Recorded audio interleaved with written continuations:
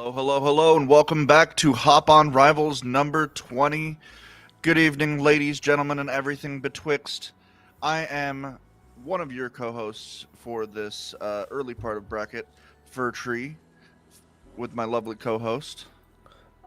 What's up, folks? I am the one outcast, one of the former people in top 8 in this bracket in the last one. But right now I'm back in the booth. It feels good to be back at home. We got some fire sets coming in, and it is coming in hot, like the summer heat today. Yeah, My goodness, dude. it's a scorcher in the PNW today. Almost 90 degrees outside when I was working. No, I think it comes out to like 88 Fahrenheit, whatever that is. Whatever that is in Celsius. Anyways, who we got? We only care about freedom units. We're starting off today with Blank Mauser versus Wind. Alright, this is like the opposite of what I was thinking. Like, I thought you'd think Wind would be the one playing Fleet. Right? For some reason, Blank Mauser, like, if you just gave me the screen name, I was just like, who does Blank Mauser play? To me, that sounds like a Forsburn player. True.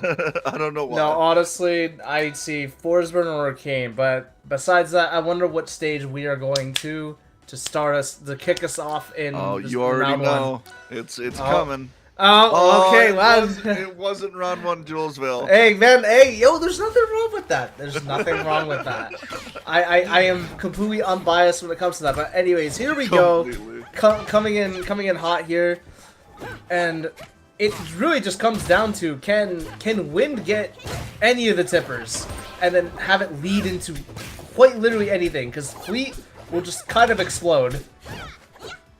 Well, I feel like a big part of the problem with this matchup on that end is just like you get a stray hit or two on Fleet, and all of a sudden they're far enough away that it's really hard to follow up on. So true. But vice versa, Claren also really good at fighting projectiles, and that's like kind of Fleet's whole thing.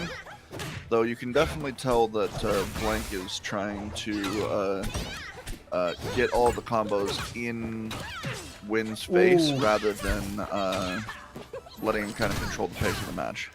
Eesh. Okay, so far relatively even for both players. Oh, okay, the tipper I was talking about. And okay, Blank is able to get back on the stage, and now recovery. Ooh, what a reversal too. Nice. That's what I was talking about with that excellent projectile. Yeah, but there's a key point of contention there where Wind, if they use no fun zone, that's it for like a good at least 10 seconds. True, like, I don't like it off the edge very much. Like obviously it's fine in that instance because they were gonna die. Air dodge, yeah. It refreshes your jumps. Yeah, exactly. It's much easier to just caught him. No, just like point blank shot into the face, or I think that was an arrow to the face, and now Blank is getting the combo started. Let's get where the party at. Putting up all the points. Oh, caught his toesies. Ooh. Okay. Got him with the chime. Ooh. Okay. Wait, what? What? Okay. I don't know what happened there. They may have just burned their wall jump. That is unfortunate for Wind. Blank. Yeah, no kidding, especially the way that this stock has been going for Blank here. Gotta finish your food, especially against a floaty like Fleet. Ooh, nice. Nice get up attack there. It's still a chance. It's never over till it's just completely zero. Because like we've talked about, Fleet can kind of just die from anything from Claren, and vice versa. I do feel like this percentage is where it starts getting really difficult because you just need to land something really hard and raw as Claren, whereas wow. And like a pogo stick just throwing him down. Actually got back, but a little bit lower percentage. Wow. Nice. It wasn't really hard, around, but like 90 to 100 is a lot more comfortable for Claren because they can get a follow-up. Either way, right now, it's still, you're not down and out. Honestly, I would just live as long as you can to get all the info you need into the next game. Yeah, I mean, that's about the best you can hope for. Try to Oh, recognize some habits. no! Oh, but the raw back air is gonna be enough this time.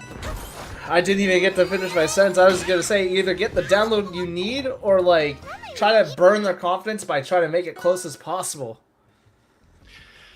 Yeah, I mean, it's definitely a bit of a morale hit if you go into last stock with 3 stocks and then you end it with like halfway through your last stock. You're like, Oh whoa, that yeah, was closer than it should have been. It's a bit of a mental hit. I know that feeling, and I'm the one, and I also know how to how it feels to dish that out. It's like if I'm going down, I'm taking like your mentality with me, so to speak. But we're back into it with the second game. Going to Tempest Peak. Tempest Peak. Why could I not remember the name of the stage for a second? Hey, yo, you're gonna have to remember the name of that with the new character coming out, her home field. Oh hell yeah, dude! You have no idea how much I've been looking forward to Absa. But anyways, it's not about her. I was annoyed Absa wasn't in the game at the start. Oh no, for sure, you and a lot of the fan base, but that's that's enough about her. About the other two female combatants in this bout. And right now, Blank Mauser is making Win draw a blank on what to do in this matchup right now, in a massive lead. Yeah, really just putting on a clinic. You know, the start of that first game looked really close, and it feels like damn near ever since. It's just been Mauser kind of controlling the pace from start to finish. Oh, that is mighty unfortunate right there. All your jumps burned. I don't think side special would have made it. Yeah, it's just unfortunate timings. Dang. I really liked that edge guard until the last second. It's really hard to edge guard Fleet. Oh yeah, no, like especially when there's like no like fleets and like I want to say like in like the lower skill ceilings. You know what I mean? Like in RAS and all that. And so it's like kind of hard to get a feel like how you can improve. It's like you just get the top level of fleet right away. I mean, to an extent. You always have like ranked and stuff, though. I mean, there's fleets at every level. True. Oh wait, this might be Not like enough. an earlier stock. Oh, that's a really tall stage, unfortunately, for Wind here. No, for sure. Like, honestly though, like how you wouldn't be able to know that like, until you get into it. Ooh. Still got back. Oh. Nice recovery coming from Wind. That is like kind of the recovery you need. My gosh, I feel like Wind's just really letting Mauser get all of the recoveries for free. And keeps getting reversal off of it. Yeah, no, for sure.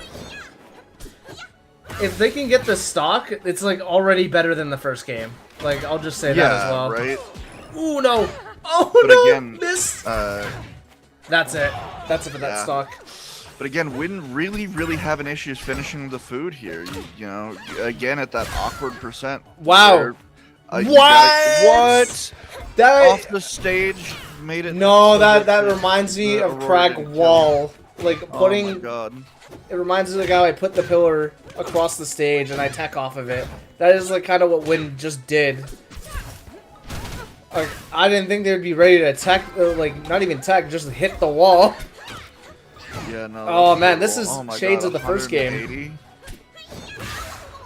There you go, but this is an uphill battle. Likely. It's never over till it's out. Of course. Oh. But unfortunately, I do feel like Bowser's kind of been making this game his bitch. But as I say that, okay, they had something started. Wait, no! Oh my gosh, the wait. double dip. Okay, they got back on. No resources. Yeah, that's it. That's mighty unfortunate. Honestly, Clinic put on by Blank. Moving on to the second round. My goodness. Like definitely one of the best skins too. For sure. Oh yeah, no, for sure. Love the fleet onesie. And then next, it sounds like we've got Maya versus Ceramic. Very familiar with Maya at this point. One of the best Orcanes to do it. Mm-hmm. Don't know Ceramic off the top of my head. Ceramic is a Prince George Loxodont, and yeah, no, like honestly, and she is like on our PR, for she's number 6, so very again very happy for that one. So yeah, no, I can't wait to see what she can do against Maya, who is like you said, like been around the block, and like is very much like constantly closing in on like getting that hop on win. For sure. Has Maya not won any hop-ons? No, it's always That's been actually kind of crazy. Like, always the bridesmaid, never the bride. it's always been like Sophie Lowe, Mystery Soul, and then like I think I want to say Dominique has won one. Dominique's definitely won one. I think Nardwar maybe won one. No, HKP won one. Gengar. Oh yeah, won. that was the other Nardwar one too. did win one. Okay, yeah. Oh. Hop on 5. Actually, with Sophilo in the bracket, surprisingly. No offense to Evil Nardwar, but Sophilo, almost every bracket they've ever been in, they've won. Unless it was Mystery Soul. No, for sure. But either way, is Elkies in bracket tonight? Yes, I'd love sir. to see some Elkies. But what we got right now is okay. Well, my absolute favorite round 1, Julesville, for our round 2. Your favorite? Yeah, no. Loxodont, Orcane. Honestly, I feel like it's very neutral for both these characters. But really, from what I see with Maya though, this is like it feels like this is like her stage. Like it's just absurd, like the amount of things like I see her do on the stage. It feels like Maya's game plan, especially against characters like this, is just so incredibly tight that it's just really hard to get anything started against her. Ugh. Yeesh. Just that raw back air off of the ledge hop. Oh my gosh. There's like, yeah, no, it's gonna be hard to apply it in like right away. But I was streaming earlier and I was like getting games in with Ceramic, and it was basically like the whole thing came down to like she like needs her punish game like on point as Lox. Her neutral is like astounding, despite like the handicap of it being Lox, where like you kind of need your punish game on point. Yeah, I mean, especially for like a rushdown character like Orcane, you need to give as good as you can. Nice. Oh, nice. Okay. Beautiful little charge back air there. And that is like a good. That is like honestly one of like my favorite strings I see like out of Ceramic, and just Lox in general is just that quick 1-2. Mm-hmm.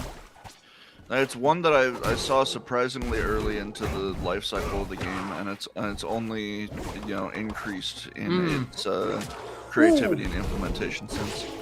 Oh wait! Man, they're really crawling off the stage here. Oh man, that is remove as much resources as possible, but once they're back on stage, Maya just proves why Orcane is such a menace right now.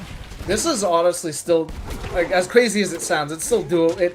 Still feels doable for Ceramic. Like if she can get back on the stage. Just like as you say that. Yeah, if she can get back, if she can get back on the stage. It's the greatest thing ever, but it absolutely just deleted Ceramic there. That just little nair right at the end. Man, Maya is determined, hungry for that hop on win. Absolutely. Maya on like a multi-week heater, not gonna lie. Ooh! Feels like every week Maya gets closer and closer to taking the trophy. And even not in like placements, no, just in skill as well. Like I've like seen like drastic improvement. Honestly, everybody that's been competing at Hop On, I've seen like drastic improvement. It's scary. No, everybody is getting really good really quickly, especially at the highest level, but it does feel more noticeable with a player like Maya, where Yeah, even more so than placements. We've just seen, just like I said, the gameplay tighten up so much. Oh my And goodness. once again, we see that just like yeah, the edge guarding off the is edge, crazy. floating out there, and just smacking him with the back air, and it's just enough. I feel like Orcane back air honestly is a little overtuned right now. Not gonna lie. Hey man, if you like Rivals 1, you'll love Rivals 2 Orcane back Oh here. my god, these strings. This is disgusting. Oh Almost my. hit with that empowered side B too. Maya absolutely loves that move. Ooh, okay. Randall. Wow, that was hella smart. But, like, yeah, just got mixed by the special getup. Okay. Okay. Oh, wrong strong attack. Back here, not enough. Wow. Wrong strong attack coming through, but like Ceramic able to get the punish, but now is at the back foot, able to grab Maya and throw her off stage. Just a big yeet. Oh, that's it for that stock. I can already tell. Yeah, that combo is disgusting. I feel like there's so many other Orcanes that just don't hit that nearly as consistently and cleanly. It's not even just hitting it, it's just getting to that point. Not a lot of Orcanes get to that point, or feel the need to, you know what I mean? Okay. Ceramic able to... Oh man, I can't even get a word in. I was about to say able to get back on the stage, but Maya just completely pressing down on her neck. Oh my god, what? Even went for the like foul. Oh my god. That was absolutely insane. Oh no. Just the full confidence. I'm just gonna chase you off, drill you, wall jump, nair, and then hit you with the deep up air just to spike you down into the blast zone. Disgusting. As maybe the coolest Orcane combo I've ever seen, and the full confidence to just execute it off stage in one go like that is nuts. Oh no, like no, I had to say stop bullying. That was crazy. That was a crazy combination coming from Maya. Wow.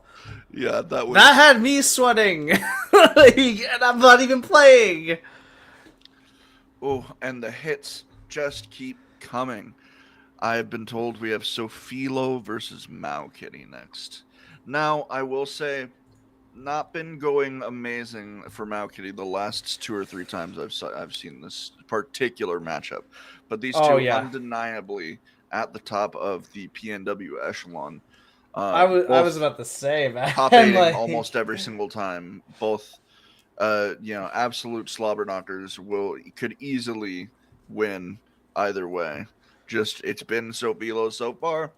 We'll see if Mao Kitty can take it. Heavy supremacy and all that. I was about to say Mao Kitty not doing well. No, I was about to say placements don't tell the entire story. They are like we were talking about the skill gap constantly increasing. And Mao Kitty is also one of those players as well, like where they have also been improving at an absurd rate, and anything can happen in this game. Like just last week we saw Bullets almost taking over Mystery Soul with Edalus. Oh wow! So if I missed top 8 last week, sadly. Yeah, no. If I think this was a qualifier, so if Mao's going Edalus, who knows what can happen. Like, because that character's fine, folks. Yeah, man, Edalus can be really oppressive. Even a low level Edalus, sometimes it's just like he runs away and ices the whole stage, and it's just a misery. My set with Bullets did not go in my favor at all. So, folks, I think Edalus, I saw that sadly. Edalus is fine. And then. Yeah, no, I'm very curious to see what Mao Kitty can do in this matchup once we get started over here. Let's get this party started. Yeah, it's always been funny to me in the sort of zeitgeist, as it were, of Rivals 2 that they haven't included OBSA before now. Like, it feels like they've behind the scenes. Exactly, they've just teased a little bit, just how do I put this? Like they intentionally like knew what they were doing by not including her in the starting roster, and then just like every time they release a new character, they're like, by the way, Opsa still exists. Here's a cookie of her. I feel Here's like her in the background of a sketch. I feel like they teased her once, like in the Edelus trailer, and then they saw the outcry, and I feel like they went ham in working on her. That's my theory. They're like, oh, you guys don't like how we teased. Oh, I'm just gonna do it 10 times more. Okay, so we are seeing the Edelus because we've seen Malkitty constantly character hop over and over and over. But true, Malkitty has been hitting the Olympia pretty often, but I'm pretty sure Edelus has been it for the last couple weeks. I think Malkitty believes in the Edelus. Oh yeah, no, for sure, and like, which was a shame that he didn't, but understandable that a lot of former Edelus players didn't, because this man was scary in Rivals 1 with Edelus. He was scary going up against him. I believe it. Oh my god, okay, good DI. Double fair. Nice Darren to nice. Up airs again. Cut with the ice, but misses the spike off the up B. Oh, we gotta see another scenario. Stage. Oh, nice. Not enough. Okay. Misses the tech chase. Wow! That was a stoop pivot grab. That grab there, that was pretty crazy. Oh, but Sophie dishing out a devastating spike. Is she able to kill Malkitty here? Unless you put Edelus straight into the blast zone, you can't kill Edelus. You never know. What? What? Oh my gosh. Yo! Come on now. I thought Sophie was gonna just snap to the. Oh yeah, there we go. There we go. Still anybody's game. Ooh, okay, cute little fairs. That's actually so much harder to hit than he makes it look too. Oh yeah, no, for sure. Like you gotta kind of hit the lab and know the timings if you're gonna main this character. You need your punish game on point. Yeah, and it's. Oh, this might be it for the stock. Yep. Yeah. Roll up. Absolutely. Woo! Take advantage of Zetterburn's weaknesses. I feel like not a lot of people do it at top level because they're just so busy getting comboed by Sophie. Oh yeah, no. Usually, like we're in this scenario right now that you're seeing right here and witnessing. Yeah. Where Sophie is just gonna continuously press on your neck. Oh my god, good grab and shine up strong, gonna take it! Just like that, Sophie absolutely equalizing off of a insane stock from Malkitty prior to that. And this was like off of like one conversion too. And then Malkitty actually just making it happen with like for like 50% here. He's gotta play really cool super ice cool right now though. Because like we're seeing how Sophie's wrapping it up. This. Okay. Barely missing. No. Oh, that was a very bold F tilt. Not a good. Oh, this. No. Okay, that's not it. Okay.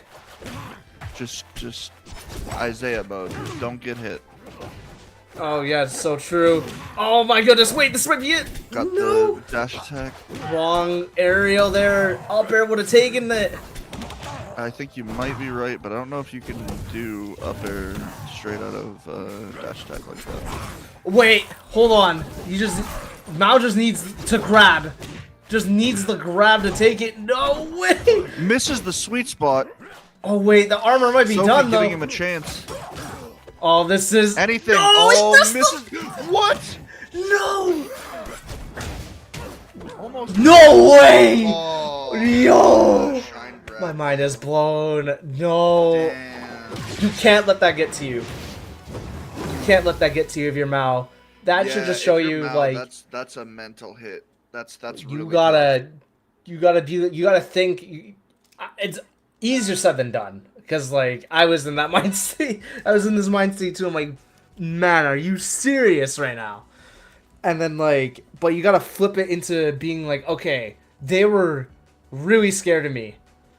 I need to press the. I need to see this as momentum for me. Yeah, I mean, hopefully Mao is able to use this as a reason to step on the gas instead of let off, because I think that's the only way you get past Sophie is if you make her play at your pace instead of the other way around. Yeah, no, because yeah, like we saw, like you Like saw this. how like Hopefully. how devastating it is to see her rev it up. Oh my goodness! Wow. Okay, just gonna go straight up for it, and the combo's still going. Oh my god, both of these characters just beating the ever-loving hell out of each other. Ooh no. Okay. Okay, nice. Oh, here we go. Edgeguard situation. Mao's able to get back on the stage. Doesn't even matter Sophie's though. able to get the... Oh, that's it. Yeah. No, like that icicle icicles are burned her jump. Oh wait. Ooh, the Oh gimmick. my god. That reverse up air at stage Oh wait, is nuts. this might be the stock. Not quite. No. Ooh, that's gonna take it though. Woo. Yeah, I kind of didn't expect the reversal to be quite that strong there for some reason. Okay, either way, Mao's still in the advantage right now. Oh yeah, fully in the driver's seat still. Okay, nice. Nice F tilt getting rid Smart of the to fireball. poke with the down tilt, but not go for the double down tilt. Wow, that was courageous coming from Sophie right there. Just challenging Edwis Fair with her own fair. Oh, good tech. What kind of tech is that? Able to get this, like, you need to finish your food against Sophie. There's, like, no way. Yeah, no, this is a crazy percent for a setter burn to turn get scraps to, especially in this matchup. She will turn scraps into a 5-course meal. There's no way. Oh my god, Just no! like that, Oh she's my in the god. lead! I took him straight from like 40% to all the way off the blast zone. All the way up. Oh my. Still Yeah. just chilling at 180% with another combo. Yo. Forcing the tech chase. Like 6 times up air double. Good lord. There you go. Finally Oh my. finishes it out with an up tilt. Not after taking like a clean 200% while Sophie was up in those high ranges though. That really sucks for Mao. Dude, even if Again, Mao another mental takes hit. it. Even if Mao takes it, this is a mental hit too. Like we've been constantly talking about. Cause it's like, yo, I was just in the lead and like this just happened. What a parry. Oh no! Ooh, this is a okay. Equal percents. Come on. Good tech. Okay, nice. Oh wait. Okay. Can Mao force a game 3? Good parry. Parry. Oh Good my shield. god. Good shield Amazing from awareness Sophie. from Sophie. Oh, that's No enough. way, that armor's gonna help though. Oh, the armor. Good shit. No, that's no. good. Oh Yep. my god. Wow. What? Dude, no, like, scores don't tell the entire story. Like, Yeah, no, like I've always told people the tale of the close 2-0, and this is like as true as it gets. No, this is like the closest I've like ever seen a set like so far. Holy man. Yeah, the closest set you've ever seen that didn't, tie up at any point, really. It just kept going in Sophie's favor. I would still be, if I was Mao, I'd still like in the end be proud of that set because like absolutely. like you literally pushed Sophie to her limit there. It's kind of sad because I definitely feel like I've seen Mao just be always the bridesmaid, never the bride with Sophie. It absolutely, like, you can tell that he can do it. Like, Oh yeah. You give him 6 more sets, and Mao has a pretty good chance at winning like 2 to 4 of them. But it feels like in every individual set he's just a tiny bit short. Oh yeah, no, like, and this is like honestly like a lot. It feels like this is like what it happens like in a lot of sets in the end. But that's like kind of the beauty. For sure. Oh, And who we then got I next? believe Mystery Soul versus Sealder. Mystery Soul, the classic, the Washington Fleet, one of the best, if not the best, to ever play. Oh yeah, no, for sure. The character, but I don't know who Sealder is. Sealder is a fleet in California, I believe. Oh god, so we have a Ditto? Yes, sir. Yikers. Yikers for the like, people in winners and losers, am I right? I mean, yeah, I mean, more fleets in bracket it leads to more sadness, but Hey man. It's usually the chef that makes it cool. And honestly, both players are fire with this character. I like, to be honest, and they show like a different variation of fleet. Where okay, we're already starting out hot.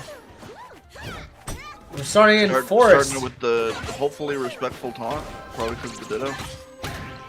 Okay, here we go. Already double. Hey! Oh no, What a Soul, what are you surprise. doing? What a surprise. If I'm Sealder, I'm taking this to the bank. Right?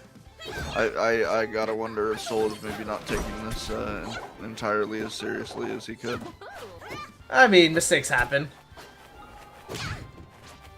And it's kind of weird, because, like, with, like, you know how Mystery Soul likes doing the slingshot? Well, your aim is true. Like, that was honestly an insane snipe. Yeah, so, that like, was disgusting.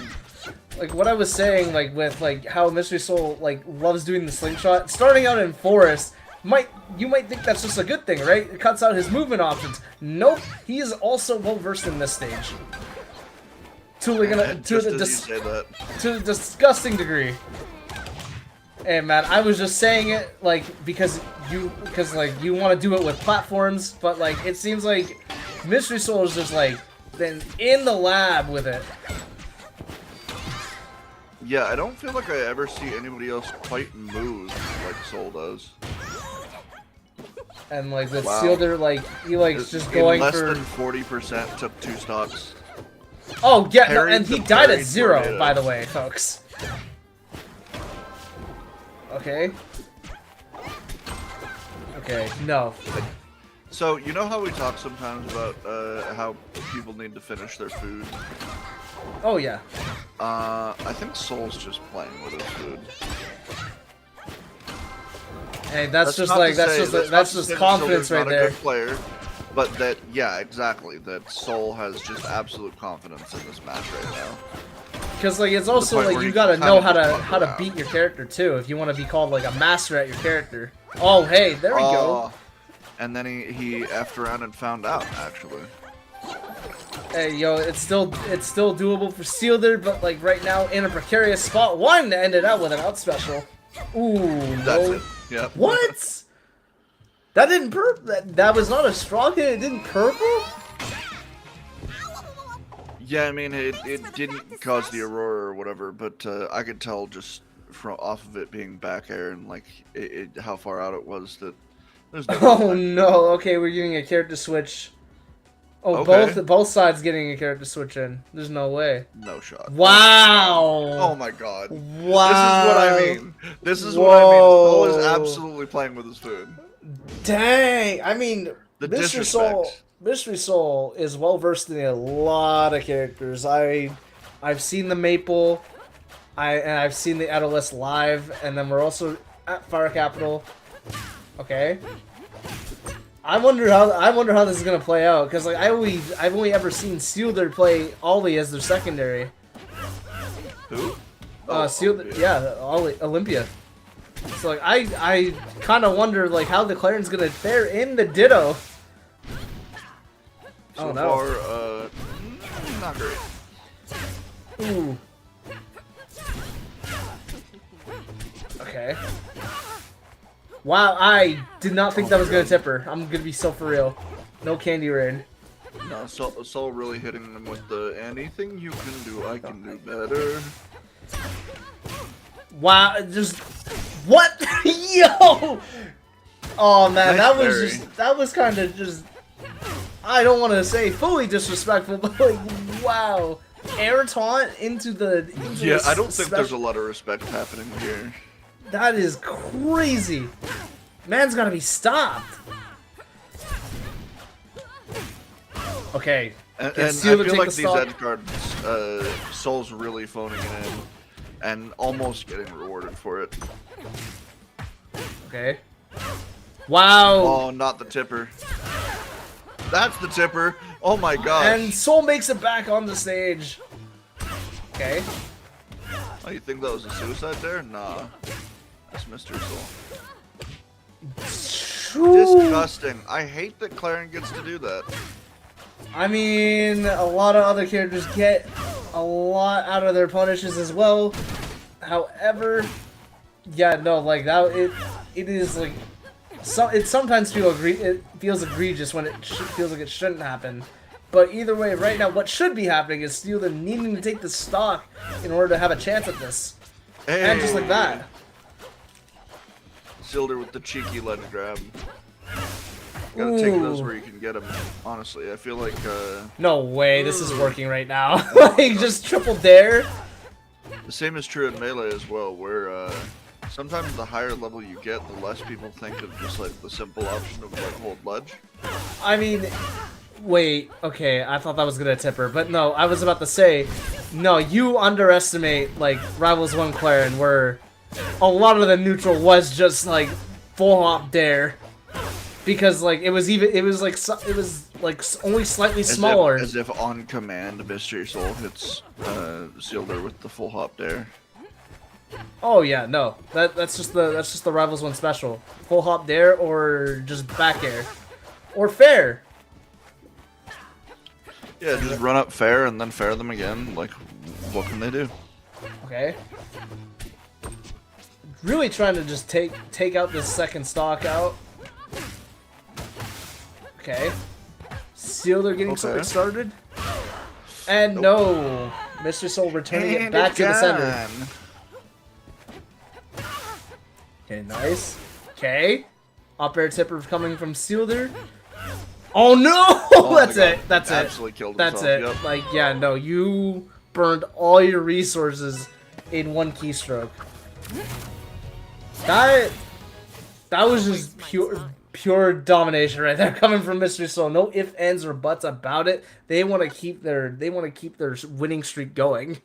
Yeah, no, like I said, just absolutely playing with him. Just, I'm sure in any other tournament, Sealder, great player. You could tell. Oh they, yeah, they were solid. But it's Mystery Soul. Like, I mean, you never know. You never know until like you try. You can't just like count yourself out immediately, you know? I see people do that too often. When like honestly, like the mindset I try to go in with is like, okay, yeah, no, they completely outskill me, but like wouldn't it be hilarious if I won?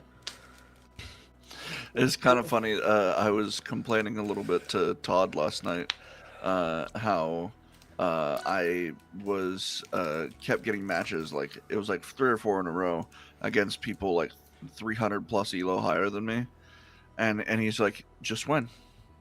It would be, yeah, no, it should just be like, wouldn't it be hilarious if I won though, or even come close? And then Why not? occasionally you actually do, and oh you yeah, get, and then like, you do, like and 30 then elo. yeah, no, your confidence soars, and you're feeling awesome about yourself. So, yeah.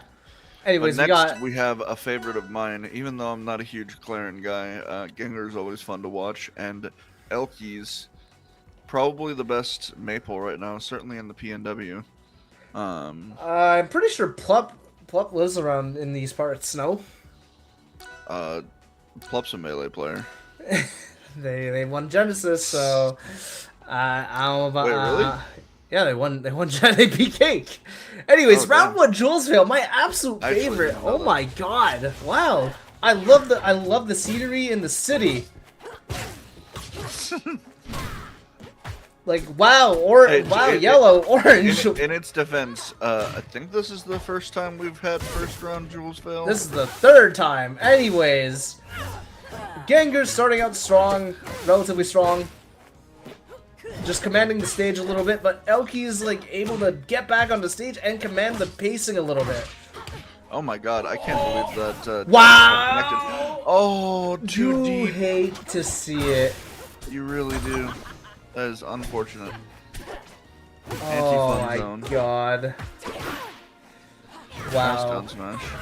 Misses the F air in favor of the back air off Claren. I'm just stunned. Like, I'm still stunned that just happened. Yeah. Like, Gengar's just now running away with it. Nice. Okay, nice. Okay, wait. Oh, wait, that's it. Okay. Hey. I was about to say, like, wait. Yeah, no, right. It's Elky. She will just go. Anytime she sees, like, the option to, like, go for the stock, she will go. She will 100% go. Oh, she definitely goes ham deep on it pretty much every time. Oh, man, but that can, like, honestly, that recklessness could be the undoing sometimes for Elky's. I think in this matchup especially, it's going to serve her well. Okay. Though Gengar is really, really good with the Claren. Oh yeah, no, like honestly, he's like pretty good at spacing, but then like he just like, kind of knows when to back off, and that's kind of the main thing too with Claren. Well, yeah, it's a lot of the small interactions. Plus his punish is just really rock solid. Oh, F tilt barely missing. Wait, okay, I was about to say, I'm like, oh homie, you might have messed it up for yourself there. Okay. Oh, missing the grabs. Kind of rough for Elky's right now. Ooh, Gengar Yeah, almost no, feels ending like it. Gengar's getting a lot of extra credit here. I mean, Elky's Elky's could take it back though. Okay. Like, you never want to counter out completely. Of course. Because, like, yeah, no, she will rob stocks from the blind. She is a pirate after all, judging from the skin. Oh, wait, wow, what just happened? I don't know what happened there.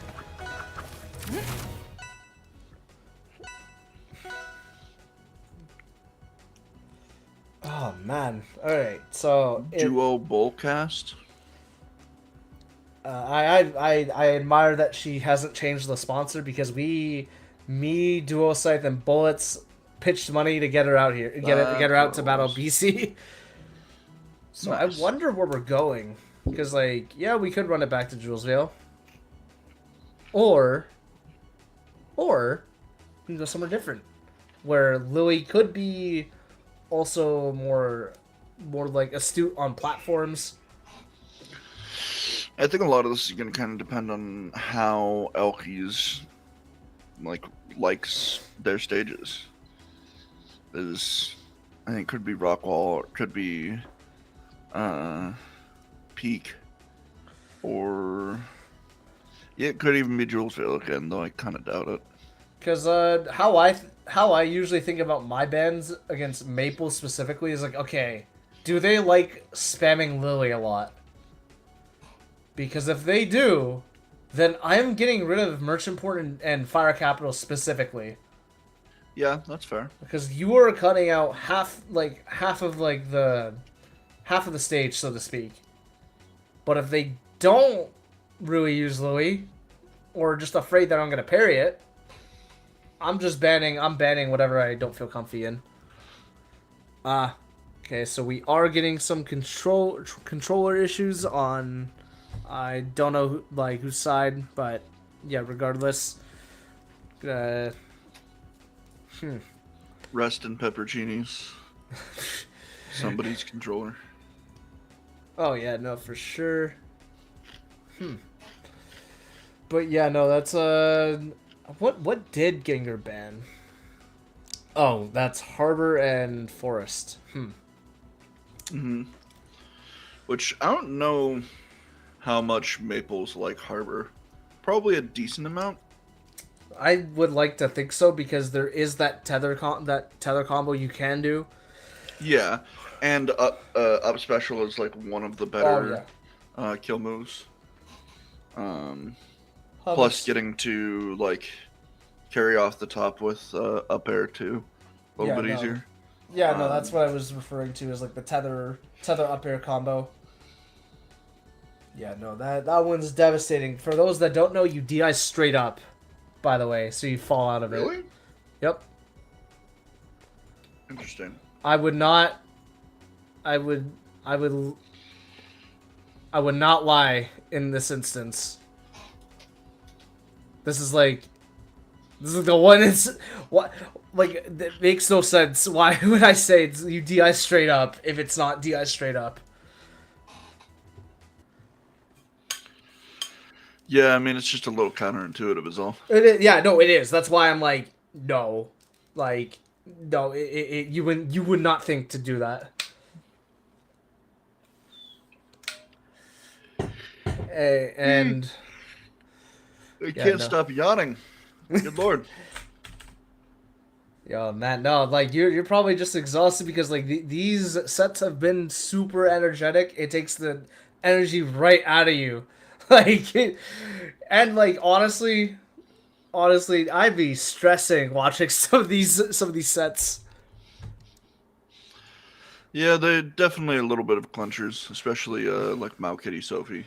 Oh, dude, that was crazy. That was crazy. Or just like going crazy for Maya, like and any time she went off stage against Ceramic. Oh man, that was oof. I honestly like it makes me like look forward to like seeing like the rest of top 8 as well. Like, oh man, and yeah, no, just kind of just waiting on whoever's controller is messing up. Oh man, I love going back and reading the chat sometimes. I just looked at it for the first time in a minute. Maya's like, I could down a jar of pepperoncinis. Yeah, no, for sure. We got, hey man, hey yo, Steak. I don't lie to you often. What is this? Why are you the one spreading lies? He ain't calling you a liar, but he ain't calling you a truther. Either way, Why does honestly, that reference feel ancient now? Hmm? So why does that reference feel ancient now? Don't know, boss. But oh, okay, I hear gameplay. It's just Drake and Josh, man. Anyway. I hear gameplay. I hear the character select screen. So I think we're back in business. Oh, okay. I see. Okay, there we go. I'd about to clown out and be like, "Oh, I see a white box." Okay. But no, we're getting back into it with our endless speculation on what Elkies prefers. Oh yeah. I'm feeling Port or Rockwall, maybe. I feel like it's Rockwall. No, back to Jules. Your initial guess actually somehow wound up correct here. Anyways, back to the wanted to gameplay. prove they could do it. Ooh, okay. Oh, That that's was a lot of resources. Shit. really, really interesting choices there. But either way, Elki's back on stage. Wow, I would have just parried it. That was like honestly like the like Nuclear bold option there. Yeah. So one thing to note too is Elki's will just go for the double dunk if she feels like it's necessary, and it's like pulled complete robbery on people. Well, I feel like Ginger is doing a much better job than most at avoiding the F air entirely. Oh yeah, just the double dunk special. But either way, yeah, no, like we would have saw it by now. We would have saw an attempt by now. Like if she felt like she could. Oh yeah, of course. I mean, but even just the one-time follow-ups on the dash attacks and stuff, it feels like Gengar's been much better at DIing out of than most people. Okay. Oh, nice, Ooh, nice. Air dodge. Doesn't quite punish the get up. Oh, it okay, doesn't get barely the tether missed. combo either. Barely missing the fair off the tether and predicting the roll win, completely guessing wrong. Both players still hanging on to their first stock. Elkies might be out of resources. Okay, no, she's able to get back on the stage. Predicts the roll. Downstrong's gonna take it. Yeah, wow, I didn't know to expect that to shake out that way. Ooh. Yo, Gengar going But for the tipper down smash. going for a roll read of their own. Dang. Oh my. Okay, nice check chase. Scrapping. Oh, okay, Oh my yeah, gosh. no, like. The awareness to shield the up B, but Claren had enough drift to still get the ledge. No, for sure. But Brutal. right now, both players still just scrapping it out. Oh, man, bad spot for Elkies. Slobber knocker. Wow! Oh. Purpled! Wow, that. What a didn't look like it was statement. going to. Wait, hold up a second. Yeah, no, like, Gengar right now is just kind of just running away with it. And like I was saying before, knowing when to back off of Elkies. Elkies, take my energy. Hey, I know I'm not supposed to be biased. yeah, we are completely fair with it. And right now, what Gengar is doing, just proving that they belong to take this set, just completely putting on a clinic against Elkies right now. Oh, wow, trying to repeat magic from the last stock. Tipper S-Rash not gonna take it. This is as over as it gets. It's never over till it's out. It's never over till it says 0 on the stock count, my boy. And it is completely doable here. This would be probably the craziest comeback I've ever seen. I will say, like, Elkies has, like, made it back from, like, worse situations. I will say that. In Rivals 1 and 2. Oh, wait. No shot, dude. Oh my I God. told you so! A jump off the jaw? I told you. What'd I say? No, you called it on the fucking head, dude. Oh my God, that was What'd I say? a How do I know crazy this? thing. She's done this to me. That was like comparable to the end of that Maya set, where she's had the insane string that just like led from like 30 to just all the way off the blast zone. Like, hey man, hey yo DSR, but if Elkies doesn't call it, Oh, we're not gonna call it. So we're letting it fly. I mean- I'm not the ref. They picked Jules and then picked it again. Like, who cares if they pick it a third time at that point? Like, hey man, I'm not the ref. I'm not gonna stop this. Also, there is, I don't know, if they're necessarily using it, but there is a revised version of Dave's stupid rule that allows you to pick it if you both won on it. Oh yeah, no, like that's why I'm saying I'm not the ref, so I'm not gonna stop it. So I'm only the person in the booth.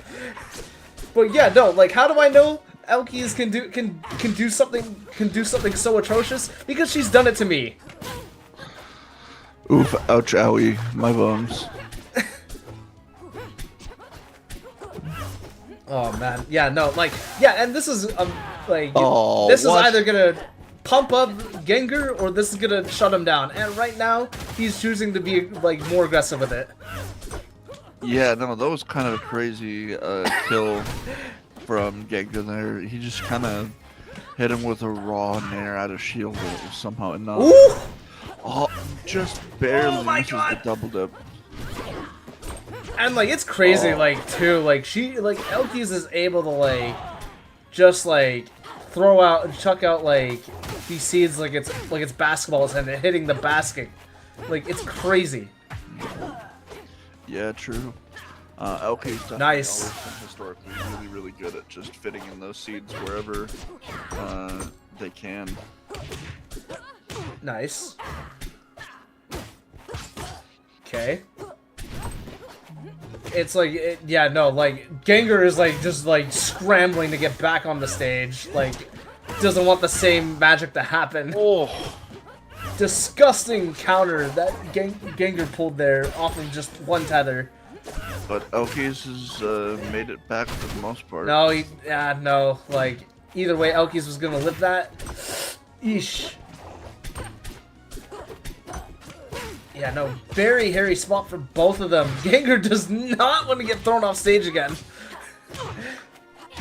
Oh, not gonna have much of a choice. Elki's now in the lead. She was down and out game 1, and then for most of game 2 right now.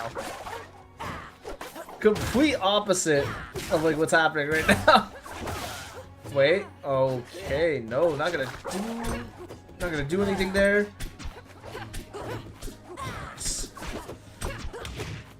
Okay. Elki's still somehow holding on to the second stock. Wow, just completely stalling out till Gengar fell back out and just went back to the stage. And like now, like Elki's is just adding in these little chip damages right now, turning an inch into a mile. You hesitate to call anything free, but it really feels like free damage when you're this high of percent and you're still catching Gengar like this. Yeah, no, the Marthite is showing strong and true right now. But we did see in last game, like, Gengar was able to pull out some crazy early stocks. Oh man, I would have just got. Okay, good. We're still in it to win it. 70%, not bad. Elki's won it from 120. Oh my gosh, that was just almost straight up it from Gengar. Ooh, okay, dash attack. Oh, let's go. Ooh, okay, no dice. Oh my god, just a double full-up dares. It usually just works. Okay, nice. Wait. Yeah, no, both players even right now. Oh my gosh, oh, that's really bad for Elkies. Oh, No, that's it! Woo. Done. Yo, Did Elkies not have a side B? No, I think it was just like... I think it was just a panic up special. I'm gonna be so dead ass with you. Yeah, I mean, that's fair. But no, like that's this... a bit of a heartbreaker. This goes into like what I keep preaching. It's never over till it says stock 0 or game. Like we just saw Elki's like just completely dog walking Gengar there, and then look what happened. He won game 3. Yeah, no, that was wild. I really was rooting for Elkies there. The comeback underdog story right there. Like I don't blame you. That was looking rough game 1 and for the first half of game 2. But we gotta move on. We're moving on to Maya versus Dia. So we got, I believe Dia plays Fleet, and Maya we saw earlier tonight. Oh yeah, Orcane Panther. Oh man. This honestly just makes top 8 more interesting. Like, it's just crazy out here. Anyways, what we got for bands? Okay. Well. Oh, okay. Good. Honestly, nice change of scenery right here.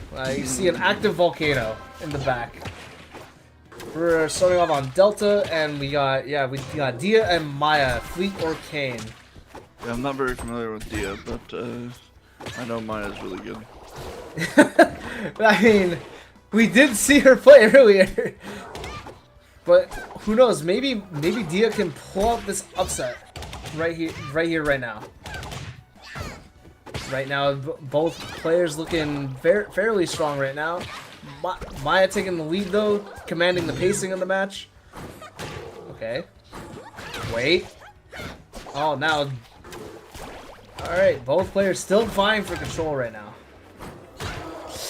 Yeah, Dia doing a really good job at keeping space, not letting Maya rush them down.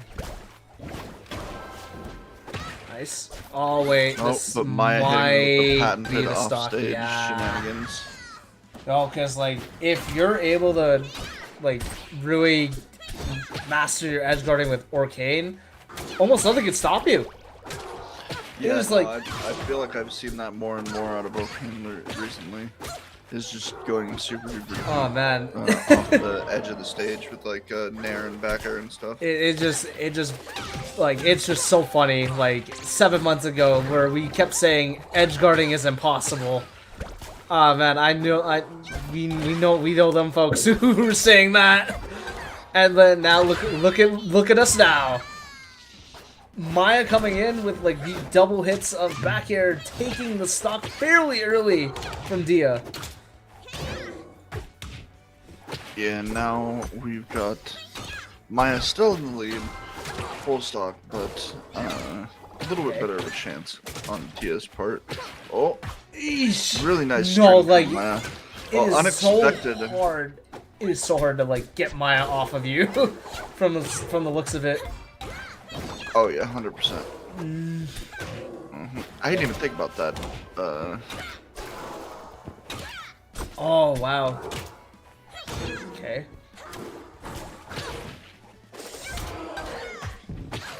Once Oh, again no. goes for the offstage shenanigans. doesn't Wow, quite get that it, killed. But hits him with the Swanton Bomb. I did not think Oh that my was gonna gosh. kill. What? Now I didn't remember, necessarily think it folks. was either. Remember, folks. Like that up air from Rivals 1 was only strong as hell because the ceilings were super low in Rivals 1. But make no mistake, that move, the Arcane up air, still has absurd knockback. Yeah. Ceilings and Rivals 2 feel pretty long, mostly. But Or tall, rather. yeah, tall. But either way, right now Dia's pick. I didn't even get a chance to see the bands, but we are at the dojo. Oh wow! The Ho Dojo. No, Hit him Maya's with making it that back. part. Like, there's like no way. You would have to like have like the utmost absurd timing to absolutely sniper. Absolutely. Okay. Ooh, wow. Using the down hitbox of up air, and it's not even gonna matter. It's just gonna purple on the third round. I feel like it's really awkward to kill Arcane as Fleet. My goodness. Because how you kill Arcane is like, you try to kill him off the top. Because like, of his air friction makes him actually easier to kill off the top. But with Fleet, like, she likes to kill way off stage, way deep in there. From the I feel looks of it. like his weight makes off the top a little harder. Okay, here we go. Plus, Fleet is not very good at killing off the top unless you get like a lucky up smash or something. Oh, okay. And there we go. Dia's able to get one on the board. 77%, not bad. Okay. Here we go. Oh man, and it's also unfortunate because it seems like Dia can barely get anything started. She has to like keep like getting like chip damage, while Maya's just able to turn an inch into a mile. Okay. Ooh. Ah, okay, yeah, no dice. Both players pulling out spaghetti until a the parry raw hitting back air. back air too. Wow. Yikes. Yeah, and now, yeah, and just like I said, turning 1 inch into a mile, but Dia able to pull off a reversal with grab. Maya forced to burn up special. Yeah, absolutely. Meanwhile, Maya getting back stage with the bubble butt. Oh my goodness. Wait. No way. No way Coming into it's that over. Supercharged F smash. Not quite enough. Offstage shenanigans of Maya, though. This be its own man. channel. She really wants to get the chicanery with like the down hitbox up air. No, that is not reaching. Wait, but that is though, and that's gonna kill. Dia is able to get Maya down to her last stock. Can she do it? Okay. Oh no. Dia's super high percent. It's gonna be hard for Maya to find out. Just Yeah. No, all Wow. like Maya needs is like a blunt, like just anything that's just pure blunt force trauma. It's Gotta be strong though. The weak hit nairs won't do it. Nice spot. Yo, dodge. side special almost did it. Oh my god. Okay, not The jab empowered. combo. The jab combo almost did it, but not enough. What? Oh. Okay, it wasn't even a strong hit. It was Dia's own undoing there. Yeah, just misangled the slingshot, trying I to think- avoid the. I think she was avalanche. personally. I think Dia was just dead, like, because Maya was just holding that thing. Oh, 100%. holding that F I smash. think when you're in that position, you're dying like 95% of the time. So why not try to go for that, like sweet, like little tiny sweet spot? You know, Yeah. where hopefully you don't die and you instantly grab ledge. Yeah, no, for sure. Anyways, that's gonna be it for us. Before we're gonna take a short break before we move on to top 8, where we have Todd and a new commentator on the block, Mr. Project Shadow. But anyways, Furtree, do you have anything to shout out for yourself? No, just more hop on, more rivals. Opsa coming less than a month. Pretty happy about it. For sure. Yeah, playing a lot of golf because it's that time of year. For me, I am known as the One Outcast on Twitch, Twitter, and YouTube. I stream on Twitch Saturday, Sunday, and Mondays typically. I also stream on YouTube as well those same days, ad free. So incentive to subscribe to my channel, especially since I'm also uploading videos there. And feel free to use my code OneOutcast because you too can ball like a Laker. You can get bucks like Milwaukee in game, and then you too can ball like a Laker in game. I pretty much messed that up, but either way, feel like keep that in mind when you buy these bundles. Support me by using my code. But yeah, that's gonna be it for us, I believe. Yeah. Yeah, I believe so. Cutting out to a quick little break, and then we'll be on with top 8 with our other lovely commentators. Anyways, yeah. Peace out, folks.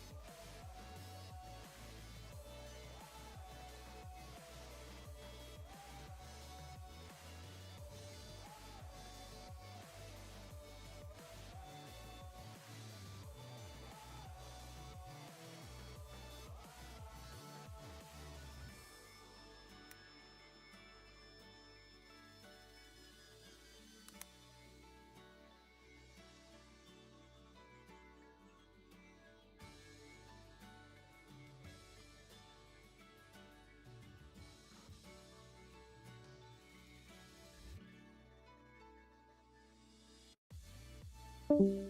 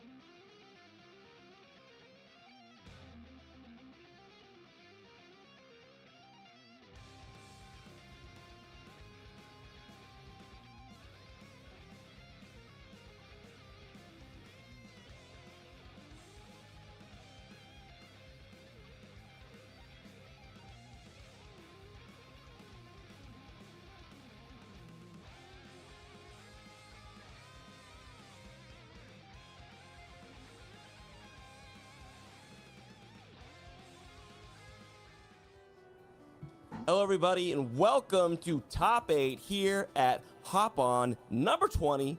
I am Toddly Enough, joined by first time on the mic, but not first time in the scene, my guy Shadow. What's good, everyone? How's everyone doing today? Yo, it's I assume you've been watching the action. It is, I feel like we're in Hop On Classic territory. This is the kind of stuff that we want to see at Hop On, the damage that gets done at Hop On, and we got, look, Mystery Soul and Sofilo in the building. As always, it might come down to them at winners finals. I'm looking forward to seeing another grudge match. Yeah, for sure. I know that Hop On tends to get very hectic in terms of just like the bracket itself, so like I'm looking forward to this. Absolutely, but before those two can potentially meet, you know, a fated finals, Mystery Soul Ganger, the unfortunately very long-suffering Ganger, who according to Soul has never taken a full set off of him I believe in an offline tournament, but probably online also. We'll see if Ganger can do it today. I'm looking forward to seeing it. I mean, it is, you know, everybody, a lot of folks say, you know, Claire and Fleet, bad matchup for Fleet, but I was talking with Soul just the other day, and he was saying it's like basically even now, which is bonkers to think about just compared to like how things were. But you know, look, Fleet gets some buffs, Claire gets some nerfs, and Soul is also Soul, so maybe it makes sense.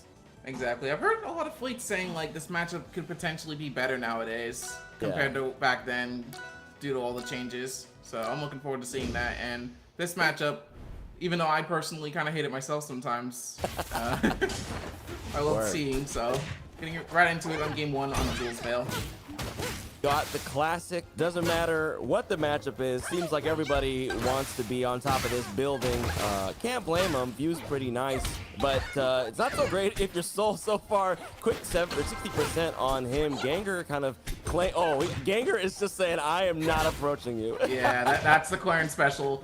Sit back, don't approach, take advantage of one hit, and just go absolutely crazy. It's really funny to think about, like, between Fleet and Claren, which one doesn't want to approach? And you're like, question both? you think it'd be Fleet, right? Because she's supposed to be the de facto zoner of this game, but yeah, but we know the truth. no. We know the truth. Yeah. And besides, you know, Soul is a scrapper anyway. Like, Soul, Exactly, Soul but loves really good Ichi with the mix. coverage and already taking that first stock with the ledge guard. Hosted. I mean, triple digits on Soul, but it did not matter. I mean, if you can't touch the ledge, you can't get back to stage, then you're donezo, man. And now the blender has been turned combo on. has It's really started. getting activated in real time here. Ooh, good Jack from Gengar to avoid any potential follow-ups. Good coverage of the ledge. Man. Yeah, here we go. Yep. So, Wow. so brutal, man. He just is like, what? It's like, it really feels like a 6 foot tall bully. Just like, I just hit me one time. Why can't you do it? Just the freaking carrot on a fish line. Just like, oh, just gotta catch it. Oh, you just gotta catch it. And Absolutely. it's gone. It is gone. I mean, the carrot right now is doing a lot of butt kicking. We'll see if Ganger can at least take this stop, pops him up. That sweet spot bear Takes it will do it. immediately. But long road to walk for Ganger right now. Yeah, but if you know anything about like Claren punish game, and especially top level Claren, one hit could immediately mean the stock. It's true. It's true. And Ganger does absolutely have it like that. I mean, we've seen him already today, but also just in a zillion hop-ons already. My guy can definitely do some crazy damage. It's just Soul is, you know, I mean, look, there's a reason why he's Washington PR #1, and I think by many considered at the very least like a top 10, maybe like top 25 player in the game. So it's pretty tough to expect to take a set off of him. Oh, 1000%. Like these two players, the match could go either way. But knowing that both these players are just absolutely insane is just a matter of like, okay, well, yeah, you think it'd go this way, but it could really go either way. You don't know. It's true. I mean, look, as we say that, stocks are evened up. I mean, it's nighttime, but and just the one like going that, to sleep is Ganger. on. My guy saying straight to bed. It's nap time. Bro. No, I mean, Ganger was bringing it back like you were saying. Yo, Yeah, Soul out exactly. here with the 68 win streak, though. I don't know. Yeah, it's one number short. It doesn't work like that. You know, hey, sometimes the number's just a number. Nothing fun about Exactly. it. All right, but the counter pick from Ganger is Merchant Port. I'm not really sure who benefits from this, to be honest. You have any thoughts? Oh, well. I mean, with the mind control out here, I mean, Ganger could absolutely benefit from this counter pick. I guess so. Like, he just needed some lovely port, some beautiful sunshine, and now he's got his mind control powers all charged up. Exactly. Just like take him out to the beach, take him to the fort, and just like say, okay, well, here's a relaxing vacation. You have to go try hard, and sure enough, it's working. Yep, there. I mean, that was the Clarence special just there. Like, especially on Merchant Port, you can get juggled up to 70, as we're seeing, without even getting to those top platforms. Like, they're basically not helpful to you, but they're helpful to Clarence. So, the counter pick working out at the moment. Obviously, Soul did SD, but it's still looking pretty good for Ganger. Hey, you know what? We take those, though. It still counts. Damn right.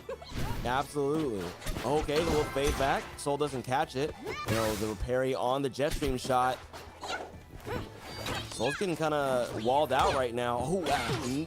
That was a dare into the corner that I think Ganger might want back. Oh, but makes it back to stage before Soul. The pressure is on.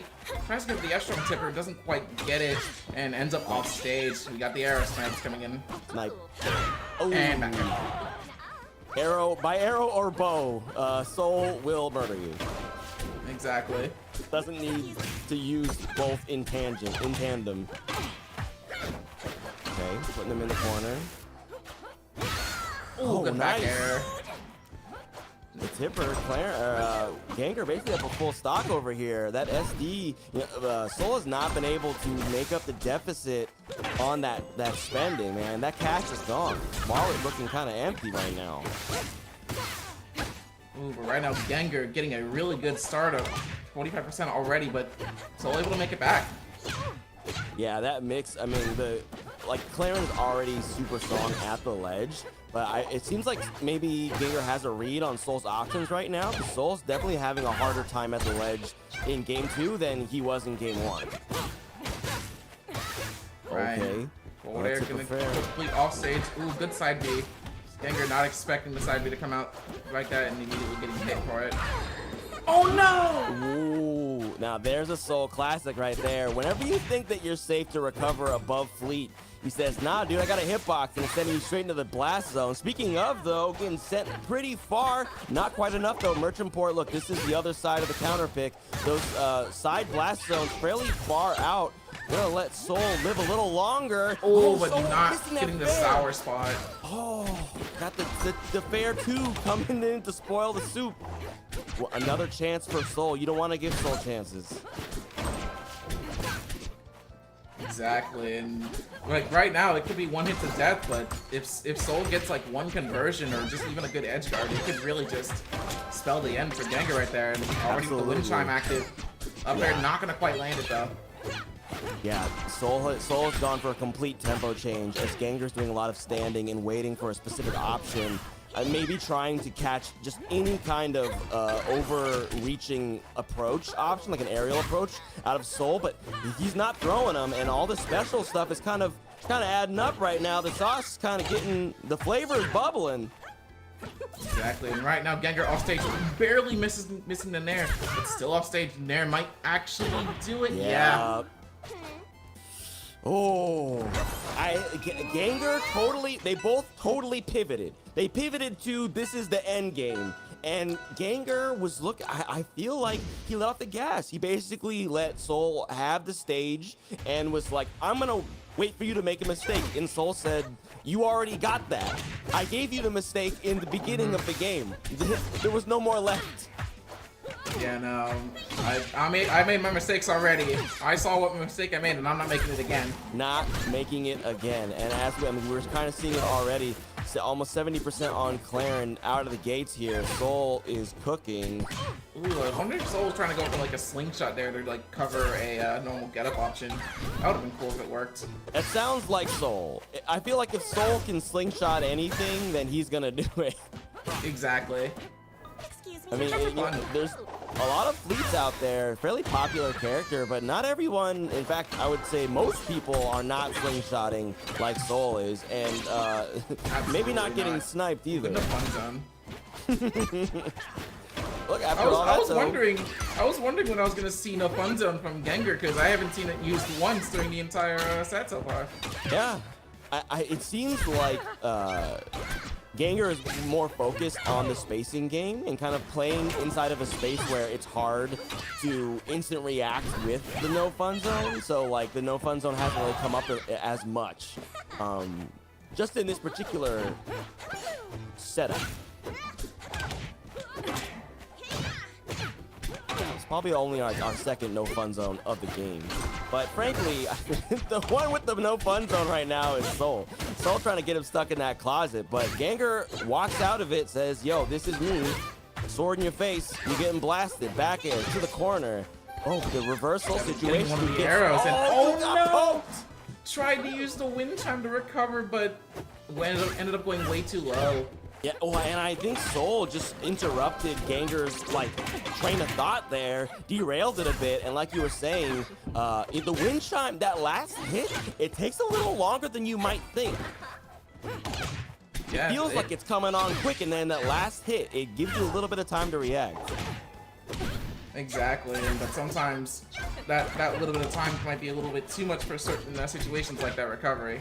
Absolutely. Ganger on the final stock of their winner's life. This is, of course, game 3 here on Merchant Port. We did go back to our counter pick.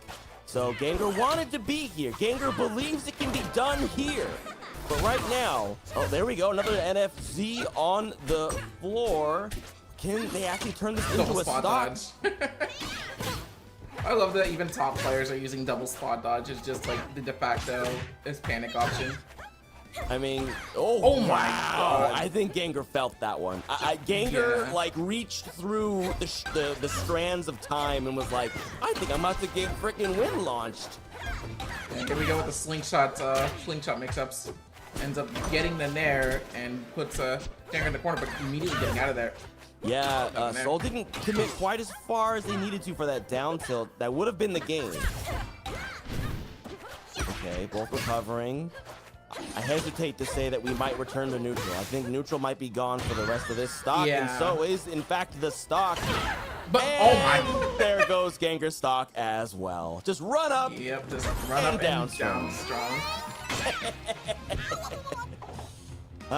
That's tough. I mean, look, this is the thing, you know. If you're Gengar, then and you lose to the game where you got a free stock, that's tough. That's tough to come back Yeah. from.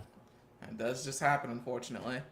It's true. It's true. I mean, I think like the game plan was working, right? Like especially battling out of the corner. You know, the damage would pile up, but it wasn't turning into stocks every time. But it was in that offstage scramble that Mystery Soul is so good at that Gengar was losing stocks.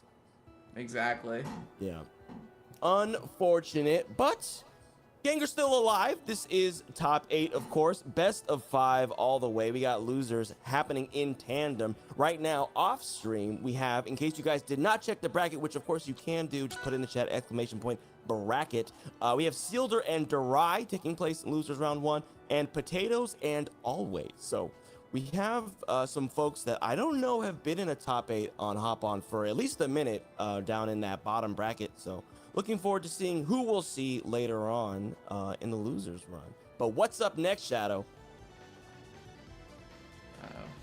Wait, hold on. I'm sorry. I No, can't. you're good. I was like, here you go. And you're like, oh, what, you me? Yeah, he kind of threw it at me, but it looks like right now, next My we bad. got Maya and Sofilo. Yeah, I'm it's gonna actually be excited to see this. Yeah, it's gonna be a scary one. Despite Maya's incredible performances across all of these hop-ons, there is someone who has a even more incredible performance at the same level of consistency, and that is Sofilo. So, Yeah, I'm aware of the rumors here. Just Sofilo taking almost every hop on. she's scary, dude. She's scary. Oh, definitely. I mean, I'm looking forward to, you know, if she does get an opportunity to take one off of Soul, because it hasn't happened yet. So I'm curious to see. But unfortunately, in the Maya Sofilo matchup history, it is a solid 10-0 for Sofilo. So Maya trying to change them numbies, hopefully a 1 in her column versus a 1 in Sofilo's. We'll see what happens, though. I think this is a I scary definitely think one. out of everyone, Maya has the potential to do it. For sure. Because they both like the scrap, and I think Maya deliberately plays to upset game plans. And I think Sofilo has a game plan. Like, she plays very consistently, and in which I of course mean at the utmost level of respect. Like, her game plan, she makes it work in every matchup against almost every player, right? So I'm wondering if Maya has learned anything from these previous matches, and we'll see if there's anything new on display today. I mean, if the game plan's consistent and it's clearly getting results, why not keep doing it, right? Absolutely. Yeah. You have to beat me before I'm going to change anything I do. Mm-hmm. Yeah, absolutely. Speaking of someone who loses all the time, I constantly am changing what I'm doing. So, but I'm curious to see. I think Maya, you know, I've said it before, but definitely a student of the game. And I think Sofilo also, I mean, easily like one of the #1 West Coast grinders there is. I don't think there's a bracket that she's not in, if she can be in it. So curious to see how it's gonna go down, but we are getting underway here. This is our second winners semi over on Jules Vale, game 1, Maya versus Sofilo. And already 20% just on Maya. Like you said, they're just scrapping. They're just throwing out moves, saying, Yeah. okay, well, I'm just gonna do percent on.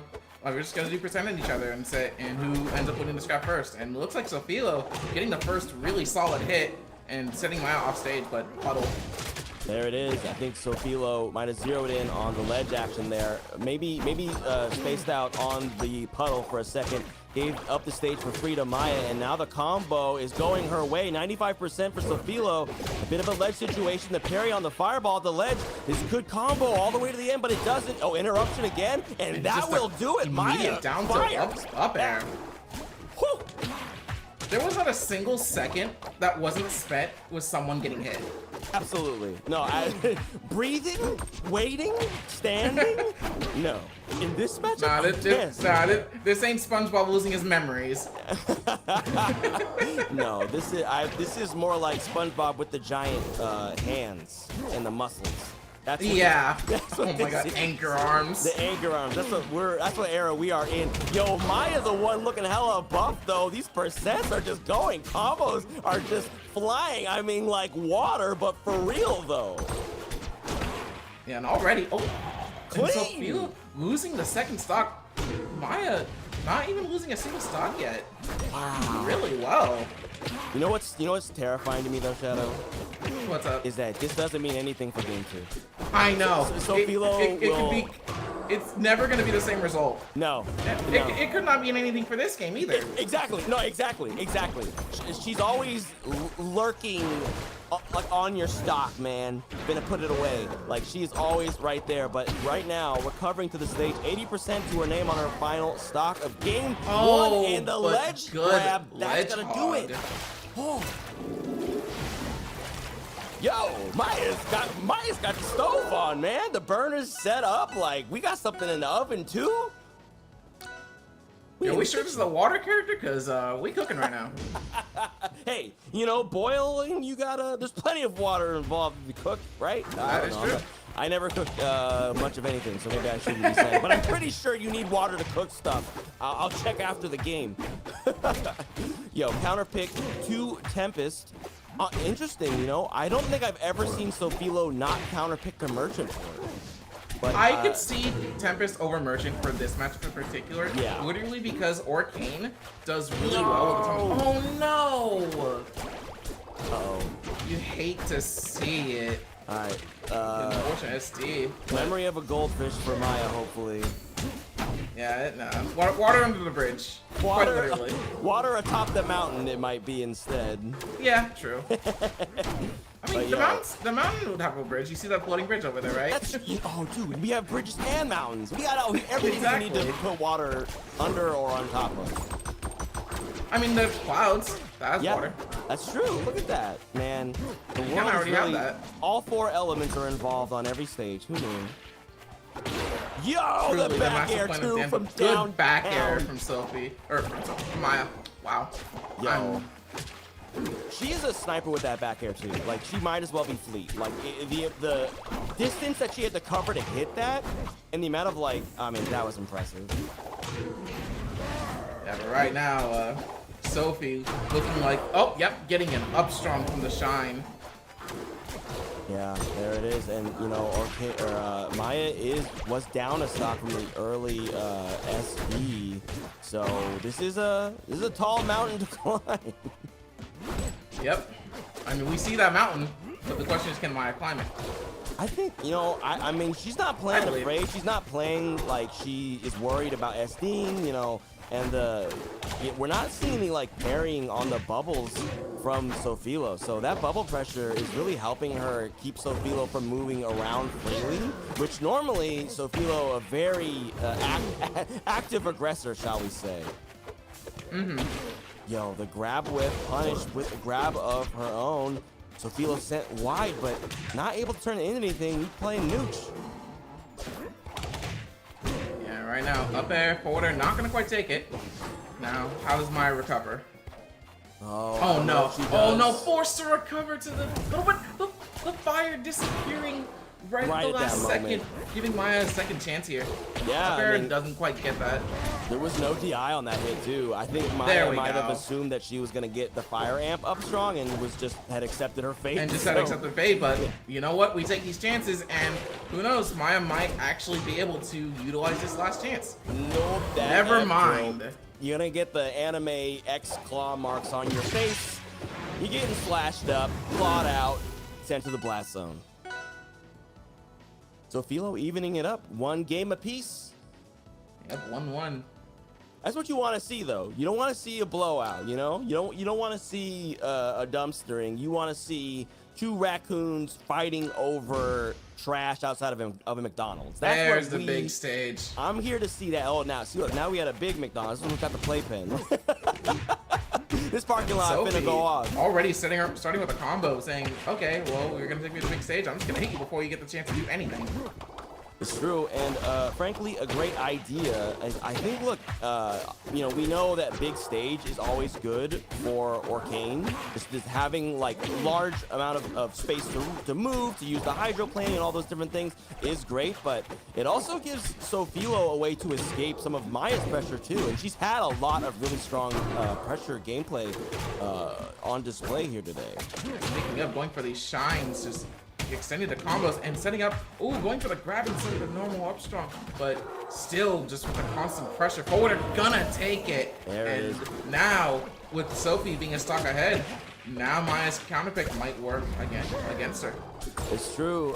You know, we were seeing a lot of space on this stage, but Sophilo was not giving Maya a lot of space to breathe. But, you know, the favor coming back the other way right now. Again, bubbles pop, no parry, so that shield pressure is going to hit. You know, the bubble butt after we double dip off stage.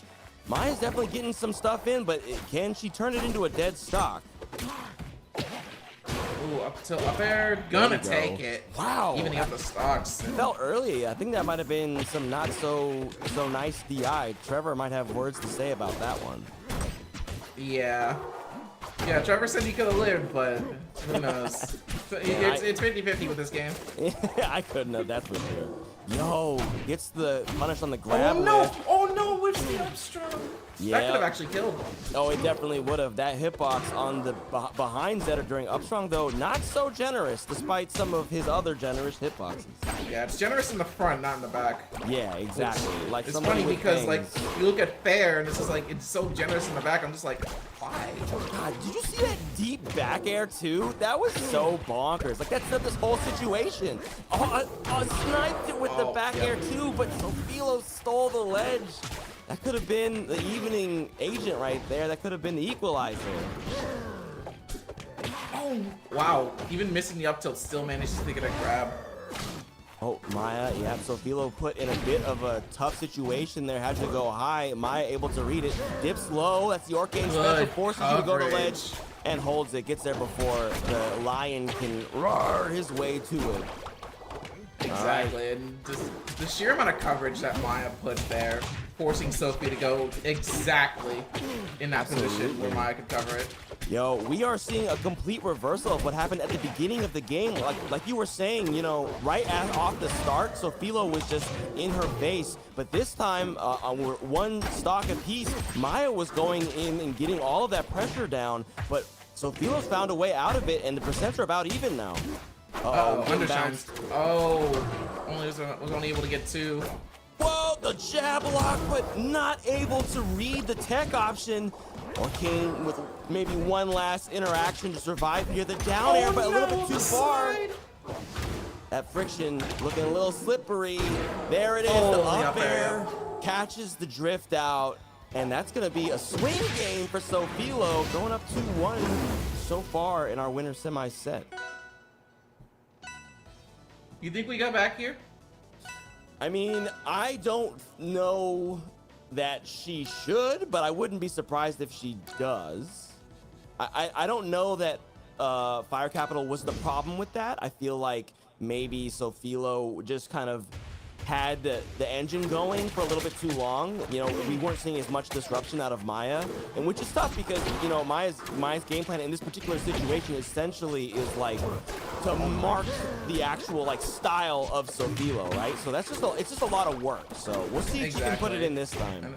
And I guess that's going to be the case because we're going right to Delta for this game.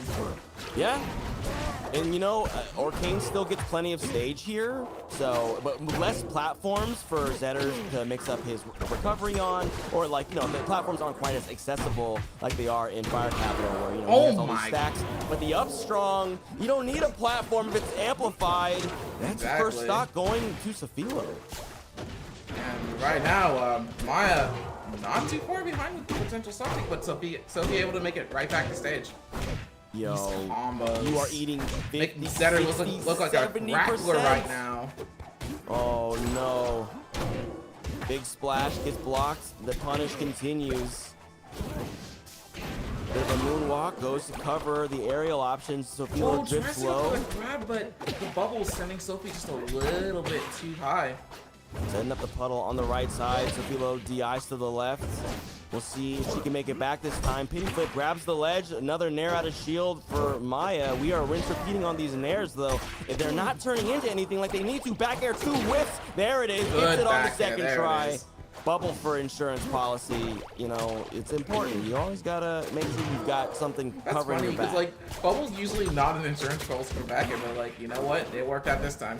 Yeah, just like a bit of, you know, sometimes if you throw the ball up to hit it yourself, you Thanks, whiff, Trevor. it bounces, and you hit it after, you know?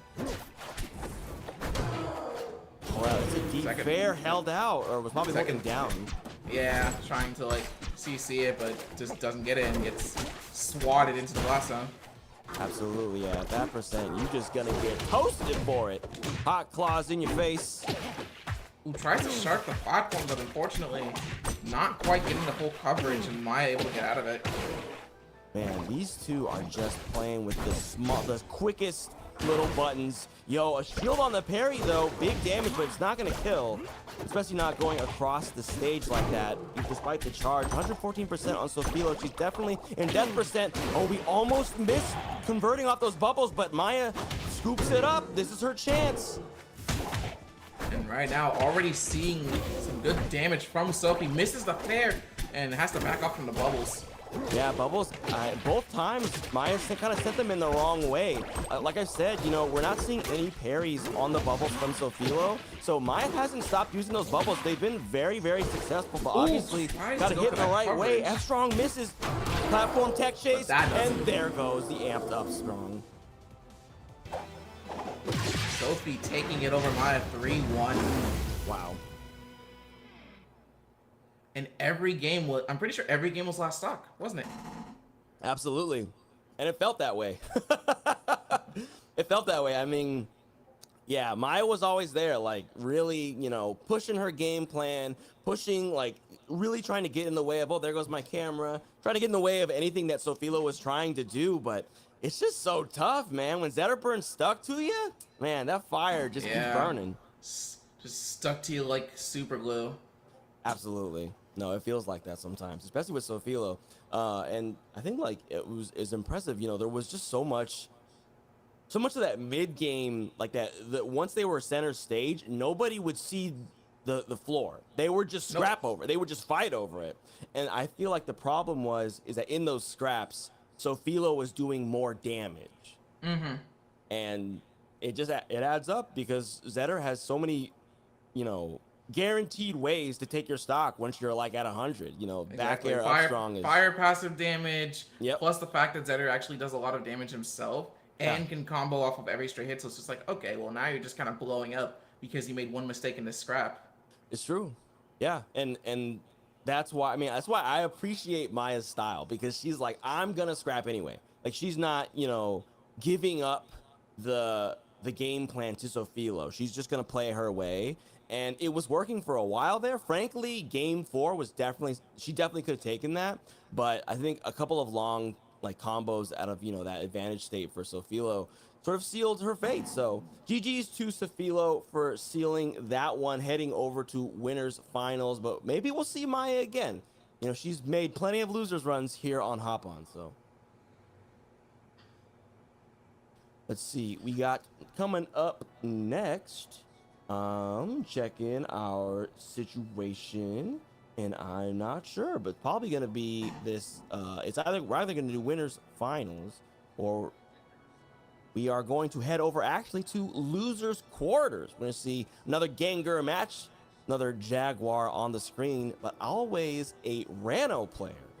Been a minute since we seen a Rano up in here, so I'm looking forward to seeing this.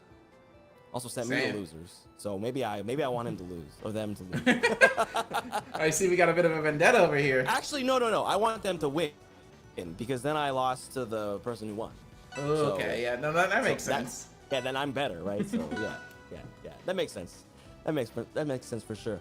Nice, well, cool. I don't know too much about Always other than that they are a Rano. So shout out to somebody in chat, by the way, was like, are we gonna see Always on stream? And I was like, oh, they'd have to, unlikely. Maybe if they make it to 5th. And they've done that. So here we are, Always on stream. Godai starts, losers quarterfinals. Let's see how it goes. And right now, a matchup honestly pretty as old as Rivals itself. Ronald Claren, just a pure just oh my god, a matchup of just like volatility. Absolutely. Yeah, no, I know. These two are the first ones to show up to the party, right? They're the first ones that, the new kids on the block, whatever, was it 9 years ago? Something It was Ori first, then these two. Was it? Damn. Yeah. I do not remember it going like that. But you know what? I'm just happy to see that these two sword characters still have a volatile matchup. Yep. Look at that foot. Look at that foot. That foot was so far out, man. Oh yeah, the long legs. You're not getting to the ledge when that leg is in the way. Absolutely not. But right now it's just like leg versus sword. Usually, you think the sword would win, but no. Oh, right now the sword is doing a lot. We're about even on stocks, but the percent's definitely going in Gengar's favor. Yo, a soaring, flying kick into the middle distance there. Yo, the parry on the dare follow-up. You're gonna lose your stock for that one. Man, that was freaking bonkers. I did not expect Always to die just for that. Percent, so I mean that's right now we got a combo. Oh, but dropping the Nair and giving Always a second chance to get back to stage. It's true, yeah. Like say, where them darts at? Where you gotta be throwing them darts? Make Claren put up the NFC. We throwing these grabs though. Yeah, absolutely. We got hands. They are sticky and covered in toxins. Yo, the fade back. Claren still got it like that. Makes it to ledge. She is going so to go deep. for the side B. Gengar is going deep. Oh, the fade back again. These two are just mixing up their recoveries on each other. Gengar was at Halo percent there, dies. Yeah. Yeah, Miss Waltech to stock is a true combo. Oh, absolutely. Absolutely. We try to end up landing. I don't know if Always was trying to fade to the ledge or just landing on stage, but Gengar able to just fully cover it. Yeah, the back airs. That hit. Oh. Yeah. Well then.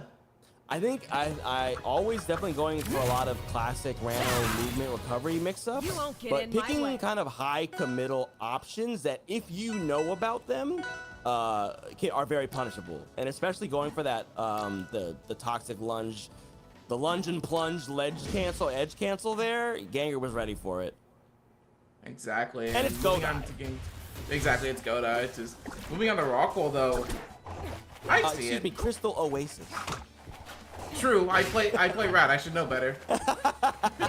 Oh, yo, a fellow Rat enjoyer. We're shaking hands. We're shaking hands. Heck yeah. All right, now Always getting off to a good start on his counter pick.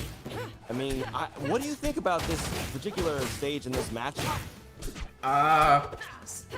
This matchup in particular is just like, okay, well, both characters can kind of take advantage of the really small side blast zones here. So usually one of the rules against Claren is don't take her to Rockwall or Oasis because she'll probably kill you off the side. But Rano, notorious for killing off the side with fair, so it's true. He might just be able to break one of those rules. It's true. The fair is stock stealer. That is for sure. There we go. Going for the bubble. See, this time mixing up a little bit more up in the air instead of coming straight down to the stage, forcing Gengar to kind of read his direction. I feel like that was we're gonna need to see more of that if Always doesn't want to get their stocks taken a little early. Exactly. And right now, Always just trying to get like several hits. Up back throw, up strong. Not gonna take it. Yeah, not quite. Frankly, I'm impressed. We're on Rockwall, and it took almost a minute and a half to take a stock. Yo, what is this? They're both playing so patient, so It's not surprising that it would take a little while longer to take one stock. I love to see it. The double dare stall on the bubble. The back air not gonna let you DI into the the bubble though, and thus the trouble. You know, I alighted my words there a little bit. Don't mind me, you know, it be like that sometimes. Claren fighting back. Gengar just getting some early percents. That down air not going to lead off stage, but the percents are still climbing. Sometimes an edge guard isn't about a kill, it's about these percents.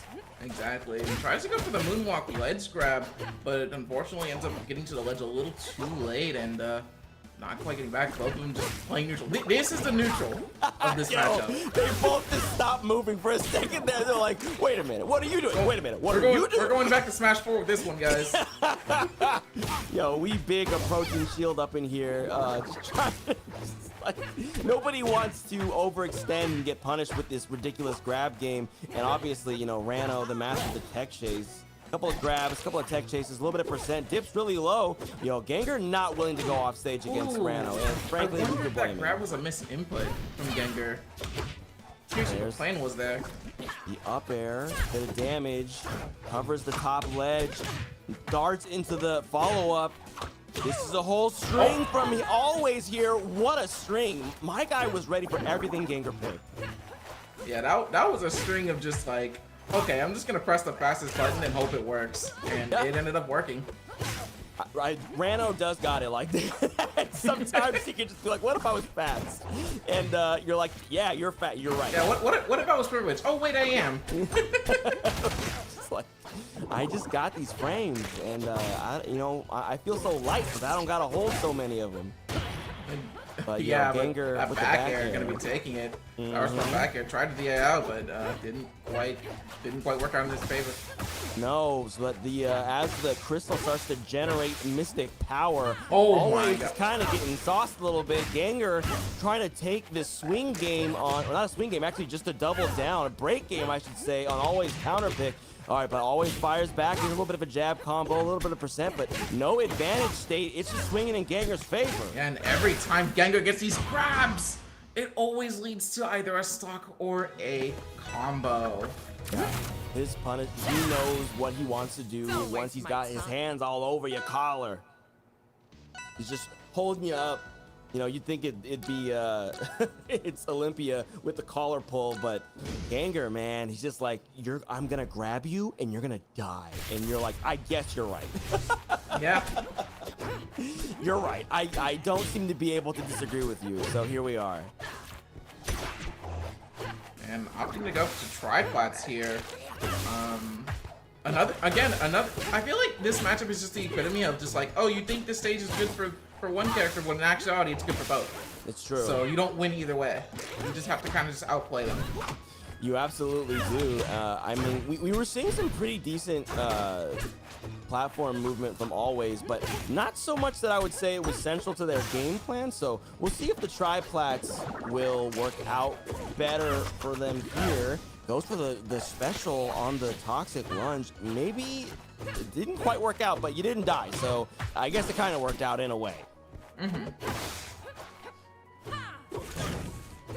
Okay, Reversing direction with the reverse neutral special. Try to force a back air there, but not quite getting anything out of it. Yeah, I mean, Gengar really wants to play terra firma. He is staying center stage. He is staying at the ledge. He's not going to go fight the frog in the air, who sometimes might as well be an air element character, the amount of stuff that he can do while he's in the sky. I was going to say, including die. Yeah. Sometimes that up air too, you have to fast hit ball the fair one so fast to not get your own stock stolen. Yeah, but then there's a risk of just you SDing into the blast zone right there. Good back air from Gengar. Man, these two are playing some minute-and-a-half stocks. You're a 90-second stock, Shadow. These two do not want to die. Exactly. Maybe that's the always part of always. It's always living. Yep. But right now, Gengar trying to deny that part. Oh, doesn't quite fall off. Maybe trying to hold ledge rather than go off stage for the clearance return. Wow. Wow, that converted. What a confirm off of the tongue pull nair. Yo. You know, like we see Ranos do that kind of stuff all the time. It turns into nothing. So it's really cool to see it turn into something, but get turned into dust, says Ganger. Yo, you gonna spin on me? Get spun into clay, dog. I'll make a vase out of you. Whew. Ganger's trying to put this one in the bucket right now.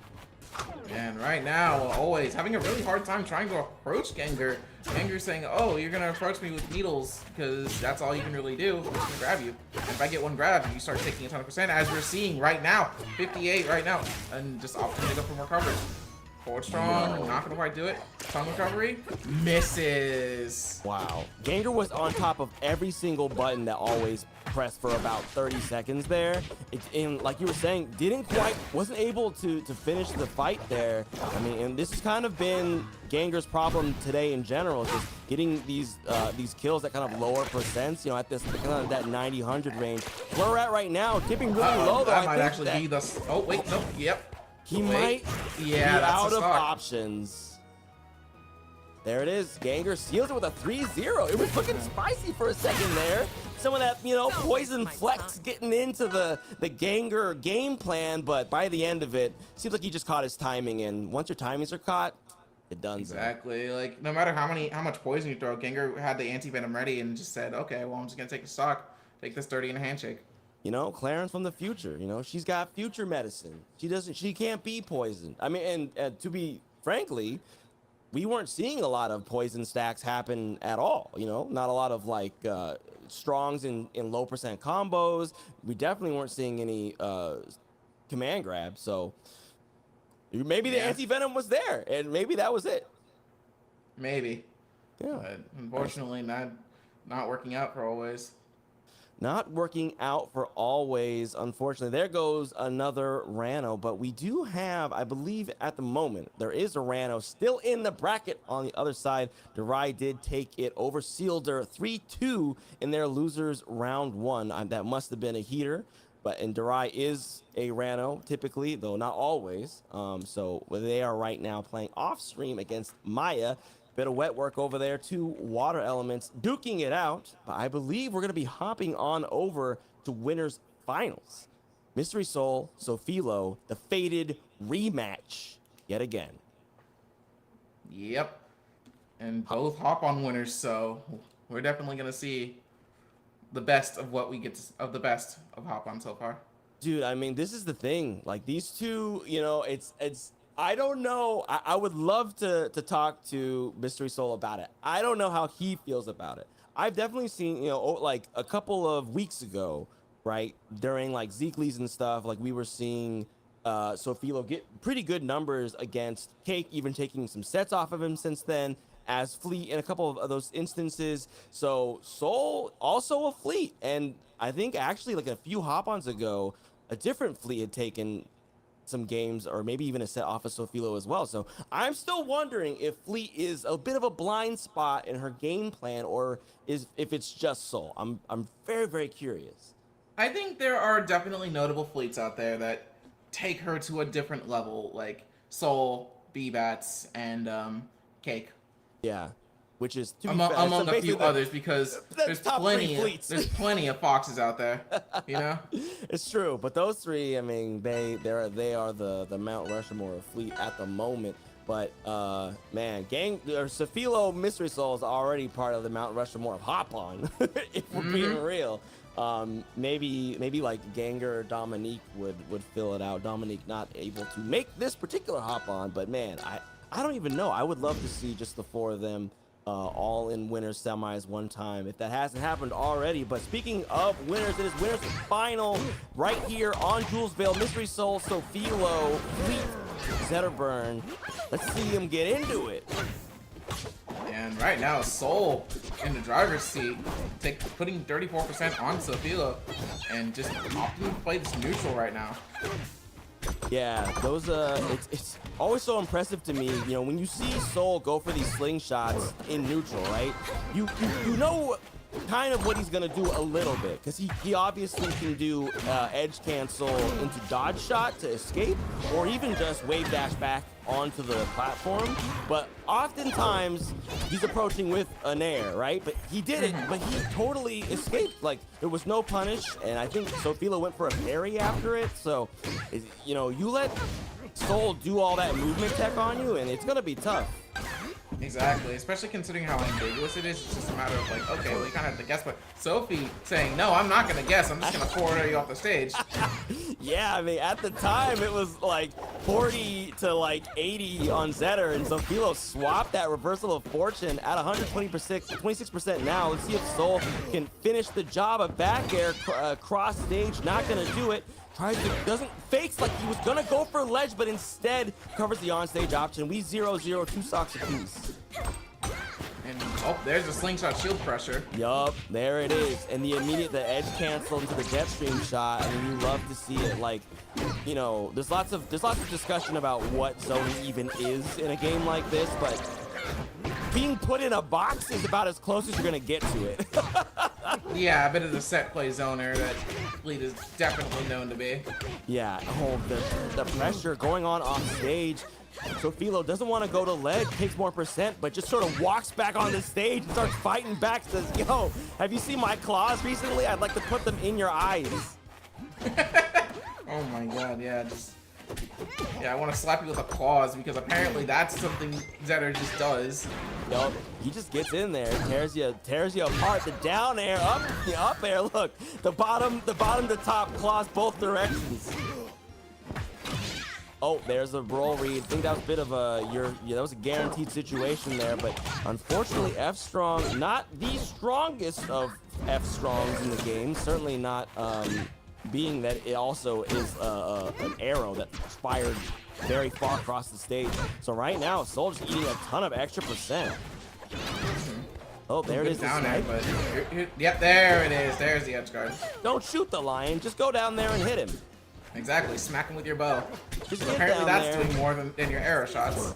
Absolutely. Yo, Sofilo going for the future combo there? Maybe, but it didn't work out. And now it's Soul's turn in the driving seat. Oh wow, we are swinging, we are batting at this Fox. Please hit, something hit. I don't want to have to actually play neutral against this thing. Oh no, but right now Soul being the one to have to come back. Let's see if Sophie takes full advantage of Fleet's very bad recovery, and sure enough. There it is. Yeah, Mystery Soul was not willing to grab ledge in either of those situations, and ended up paying fairly dearly for it. I mean, like, there was fire at both instances, right? So you're getting free damage plus a free punish. And look, if you say, hey, Sophie, can you hit this sweet spot fair? Then she says, yes, I can. And yeah, I with have. 99% consistency. 99%. You want to see me turn it around too? Because I can do that too. Yo, she's got Trevor. Trevor's like her stand, just like a ghost behind her, empowering her ability to murder people in any direction, regardless of the intent of the move itself. But going to Tempest Peak is Mystery Soul on his counter pick.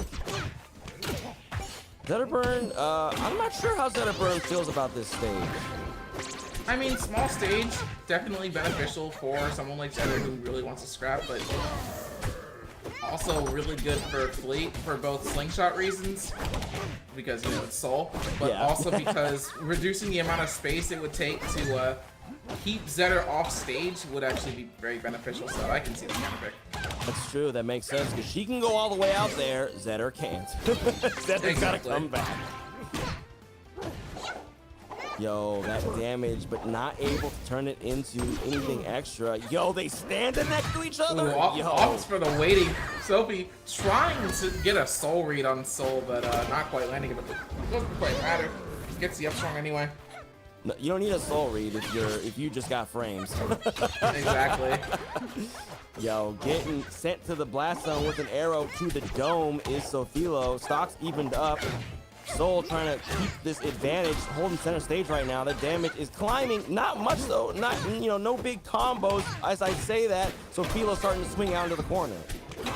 Who tries to parry the Nada, but unfortunately just sharking under her.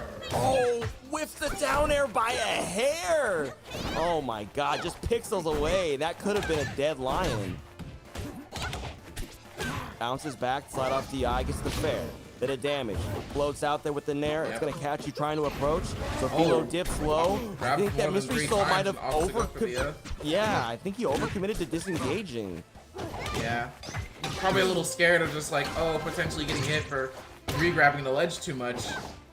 True. Probably would have been a better idea to just slow it down since Sophie wasn't going to be able to interact until a certain amount of time. Good snipe with a dare. Yeah, you don't. Soul and slow it down. But neither of these characters or players particularly interested in reducing tempo. I'm like, slow between these two players? No way. No way. It was almost a repeat of this first stock there, you know, getting stuck at trying to avoid ledge. But this time, Soul does grab ledge and kind of just recovers back to the stage. Not so safely as the up strong. Just like I said, here's the thing about Slingshot. There's still only so many options that you can go for. If you pick the right one, the RPS guessing game gets you stock. Exactly, and even less options if you miss. The first time Soul missed, but Sophie wasn't able to punish. The second time just said, okay, well I got it this time, but it doesn't matter. Slapped in the face with a giant fist. And there, yeah, good coverage. Yeah, says, look, you were trying to find the floor. I got a floor for you. It's my fair. You can take these multi-hits, and I'm going to cash in that stock. I don't miss. Soul saying, look, it's only game 2. Yeah. Ooh, we got a wardrobe change. Wardrobe change? Yo, we going to the Olympics? Uh-oh. My guy's trying to get a medal. You better show us your medal, Sophilo. If you want to keep this going in your favor, get that counter game, keep the lead. Okay, dodge shot, says get on out of there. Let's go back and play neutral, please. I would love to play some neutral. Never mind, I'm gonna slingshot. Gets punished for it though. Like as I was saying, yo, there we go. Goes for the back air, but Sophilo spaced out of it, and this percent is climbing. Yeah, Sophie is not afraid of these slingshots. She's just ready for the position that Soul's gonna appear at. Yeah, and this is the thing about an edge cancel, especially on a stage where the edges of the platforms don't move. They only come out of so many spots. Oh, so Soul tried to go for an F-strong read, but Sophilo rolled the correct way. Back throw from Zetterburn? Is that what? I don't think I've seen a Zetterburn do a back throw in like a month. I've seen Sophie do back throw like 5 times. Really? Dang, I'm freaking blind. Well, it didn't turn into much. I mean, it got the same exact result you'd expect Dennis Backer to do.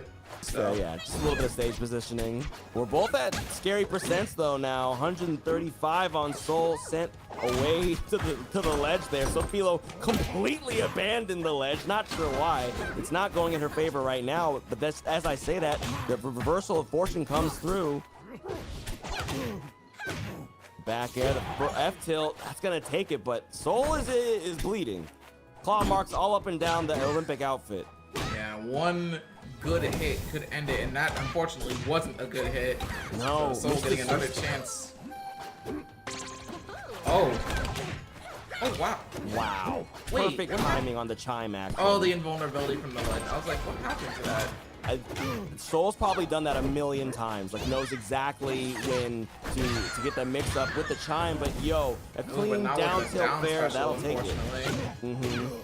But this is not... Sophilo wanted to take that stock about a minute ago and 70% ago. Reads the fireball, stands and waits for it, gets the parry. Pressure situation at the ledge. Dodge shot, tries to keep the pressure, but Sophilo also dodged and loses an opportunity to punish it. Snipe, misses, the fireball connects. Bit of damage. The amp is continuing. There it is, 63% on Fleet. That's a reversal if ever I've seen one. Exactly. And right now, Soul going for the ledge pressure against Sophie. Is Sophie gonna be able to make it back? No, good coverage on the ledge. Yeah, this is definitely a different stroke situation, right? We're seeing Soul kind of dominate the ledge, and Sophilo is trying to read the second option after already sort of giving Soul the ledge. And it's pretty scary to give Soul a ledge for free. The guy gets a lot done there. That's his office. He has office hours all the time. Always open door policy. Exactly. And right now, Soul is just chunking out bits and bits of damage on Sophie. Sophie having a really hard time trying to get back. Another bear, but not. This is going to be the sweet spot. Oh no, missed a bear again. Yeah, so smart of Soul there, though. He didn't go for the dare because of how far along the fire line charge that Sophilo was, and that was how he was able to get the back air. There's and the dare. Now the dare. That's when the dare comes in. Amazing, man. That was really impressive, and definitely like definitely a little spooky for Sophilo. Sophilo wanted that one, needed to keep that one to stop momentum from swinging into Soul's favor. By the way, someone in the chat asking about their record. It is 3-6 in Soul's favor, primarily happening across hop-ons over the various months. We're moving on to game 4. We're going to the port. We are going to the port. See, that's what this is what I was talking about. This is Sophilo's like go-to counterfeit. This is where she wants to be. Like, I guess maybe except for Orcane, I see her take everybody here. This is her favorite date night. Is the port. It's a little bit of like boardwalk arcade action. Ooh, good coverage. Up air, not gonna quite do it. Wow. No. Those It goes ceilings sweet working spot, out in her maybe. favor. Look for the dare. Nothing. Hold ledge. Yeah. Good ledge hold. Profilo not out here though. 100% on fleet. That's definitely danger time. That might actually be cannonballs. Yeah. We drop in heavy lead on him at the stage. You're gonna die for that. Oh, fire combos coming in. We got fireballs, we got shines, all that stuff on clearance. You're gonna get that for free. Oh, these percents are climbing. You're going to the flat zone. Fleetless. 71% from that one interaction. It's still going. It's still going. Sophilo, the port is hers. Put her name on a banner. Yeah, it doesn't quite get the finisher. Is Soul gonna be able to get a finisher for that? Oh, doesn't hold the ledge, tries to go for the dare, and Sophie gets the finisher. Shadow, when was the last time we saw neutral? That's 2 stocks ago? 2 games ago? I mean, we had to play neutral at the start of the game. Oh my god. Yo, the Trevor Bear. My gosh, dude. These two are, it is full on, like, everyone is, it's cards on the table. What have you downloaded in this set, in our previous sets? Oh, we're reading hard reads, soul reads on all options. Yeah, we got a clearance sale going on over here. Absolutely. We have to get some chime combos happening on deck right now. Big Ooh, percent tries to go for climbing. a read with the side B. Doesn't quite get anything out of it though. No, Oh, no. Shadow was able to punish the missed slingshot, and that was the whole stop. Soul missed it, and it was over. One bad placement led to that stock. Well, I mean, you know, and not that this was the wrong call or anything, but Soul DI'd out on all of those, and it was at that percent where Zetterburn could still chase you down. Exactly. Was that 3? That was 3 sweet spot pairs, right? Yep, 3 sweet spot pairs. Yeah, I mean, is that, you could just like, if I could Also, turn that Trevor into said he like, could have lived that apparently, so I don't know. yeah, maybe if you turned off Sophilo's controller. Oh my god. That is bonkers. And look, and this is the thing is that, you know, with DI, you never know. Like, you don't know, like, is Soul gonna go for that option every time? But Sophilo was so ready. It was like a freaking stair machine. Just climb them steps, thighs burning, but you're trying to get the stock, and it's worth the grind, you know? Exactly.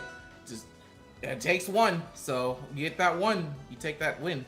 It's true. That's true. That's the one is on the pathway to done. That's what they say. I think somebody probably has said that. Somebody, sometime. maybe. All right.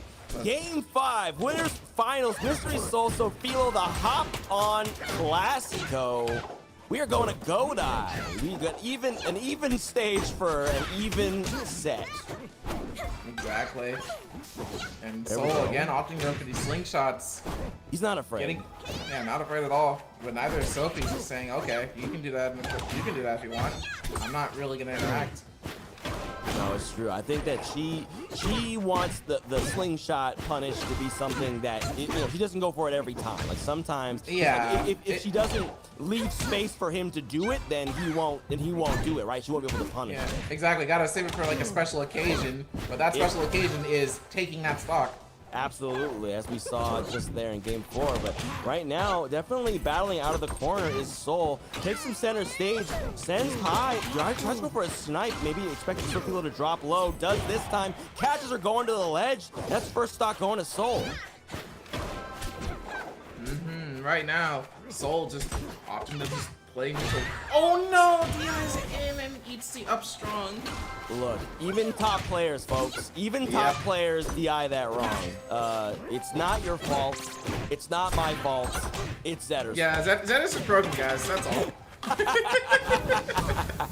But I mean, look, she picked the right option at the right time, so it's her stock to take. Yeah. Speaking of getting a stock taken, Soul put a lot trying to of go for that pressure. nair though. Doesn't quite get anything out of it though. Yeah, just missed it by a smidge, just a margin. Yo, the fair to catch the moonwalk. The motion's not quite working out for Sophilo, except never mind, here they go. Bit of swinging. All right, we playing neutral. See, and I see Soul with the husky skin right now.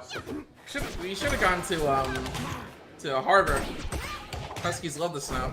Oh, you're right. That's true.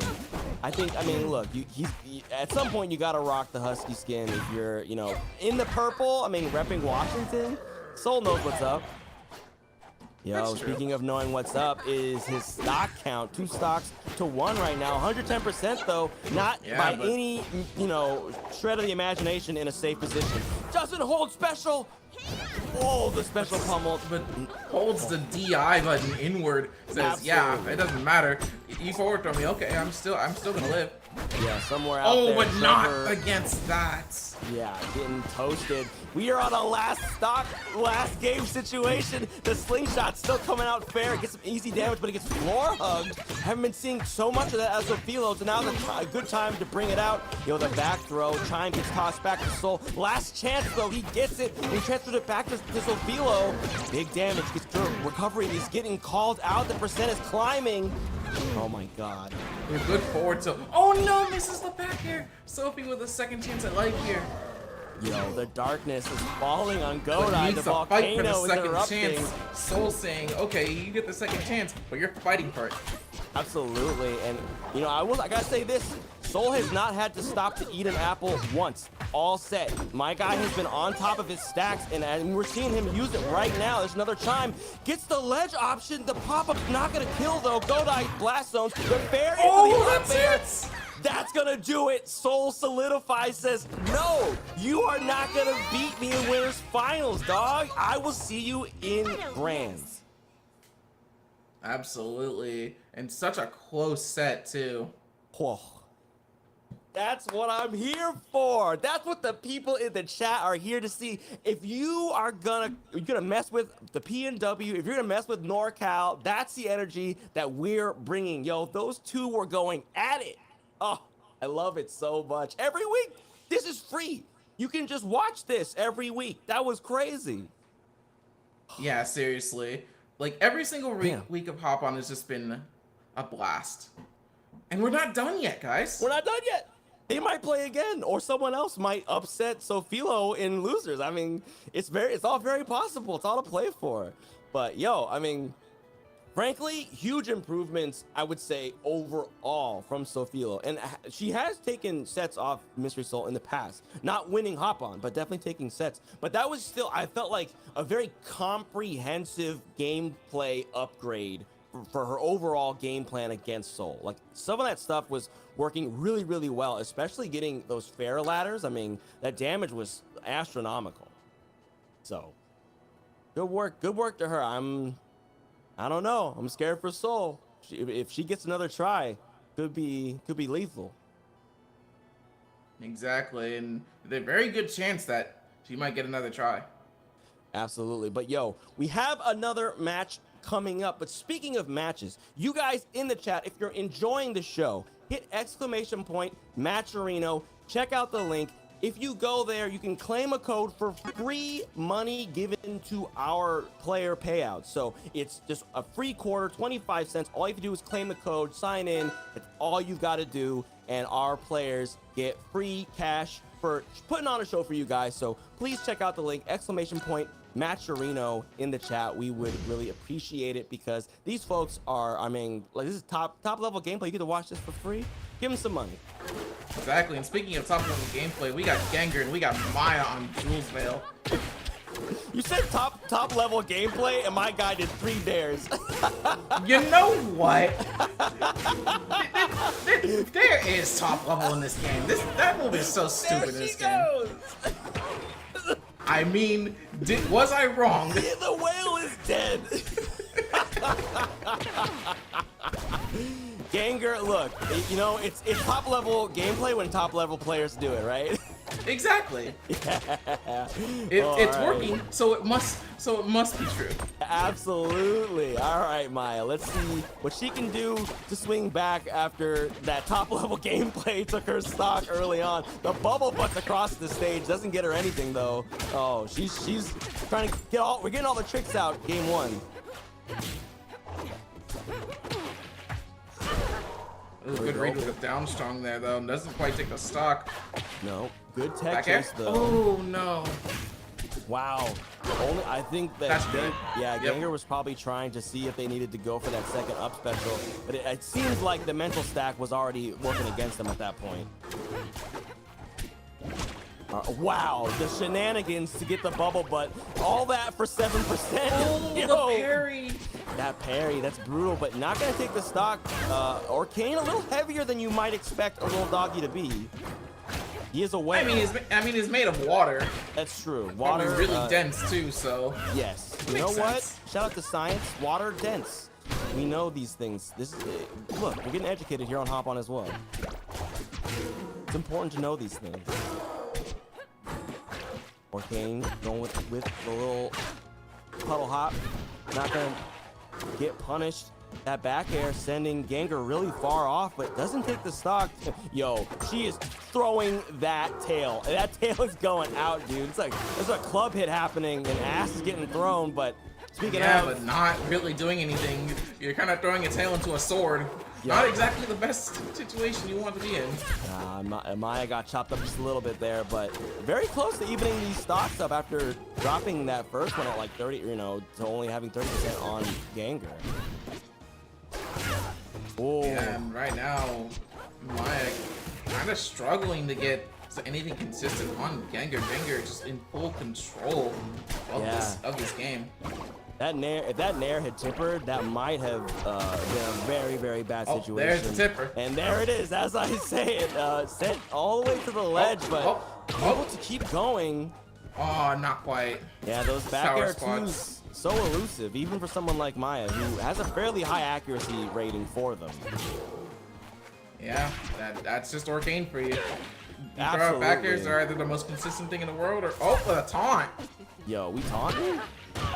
We taunting? We working. We getting rewarded for it, I guess. All right, look, if we want taunt into wins the game, not taunt into loses the game. Exactly. So we'll see which combo we're gonna We'll get. see which combo we get. Yeah, Bubbles getting a little bit of damage there for Gengar, but ready for the bubble butt. Challenges with a back air. Gengar classic, of course. Bit of up tilt, some percent going. Yo, all right.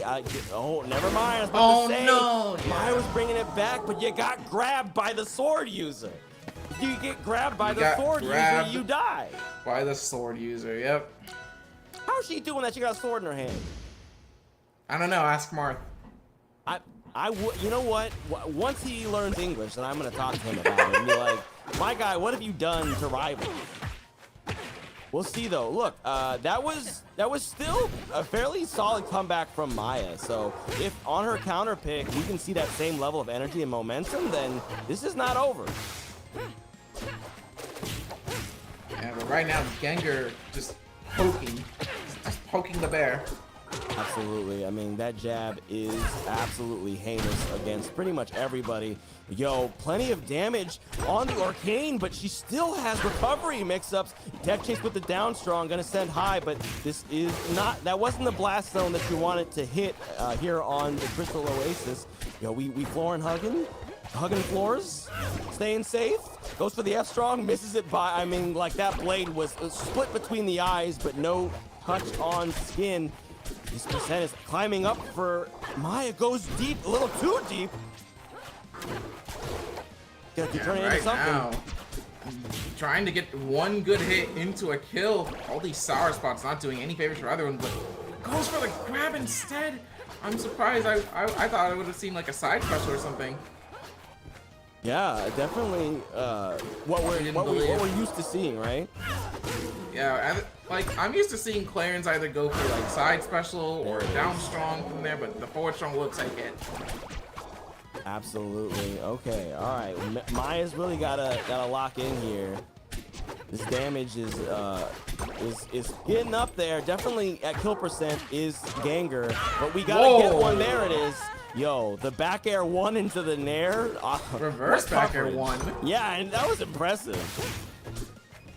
Says, oh, this is supposed to be a back air? I didn't get the memo. Didn't get the memo. Yeah, she's always ready to cover back air 2 not landing, which is really smart because if you're gonna throw a back air 2 or throw a back air at all, you're probably not always gonna get back air 2. Exactly. Yo, the special puddle hop doesn't get the empowered damage, unfortunately. Hitbox a little bit too short for it. He calls out Ganger's option. He recovers high. This time it hits on the second plasma slice. Going down the droplet. Goes for yeah, ledge. the ledge. And right now, Maya with the lead over Gengar right now. Yeah, was that a bit of that air movement nerf coming into play there? Potentially. Yeah, I think that might have been. That's a patch stock right there. Yo. Hey, you know what? We needed it. Why was Claren able to move as fast as Raster? She's from the future. She's very aerodynamic. Yo, speaking of aero and hydro, we got planes of both kinds on the stage right now. These freaking Arcane movement is so fast.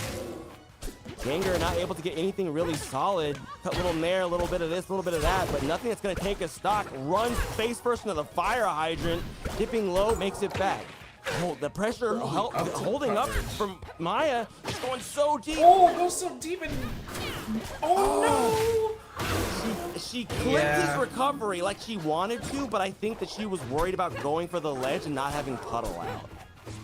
Yeah, but sometimes you gotta take one risk for another, and unfortunately the risk that Maya took did not work out. Cost her a stock, but this could be her sealing the deal. Not Nope. quite. Rockwall does have pretty tall blast zone. Quite taller than you might expect. I think it's like middle of the road. Yeah. Not quite the box of death that you might expect, yeah. But Ganger at 133%, getting stuck in shield a lot right now. You want a box of death? Give us back Spirit Tree. Oh my god, that stage.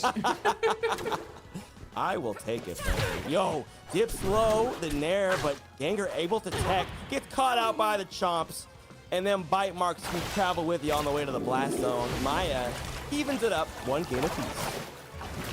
Yep. Man, was that just the stage, or was there other adjustments coming out of Maya that you saw there? I think I saw a lot more just like edge guards coming in from Maya there.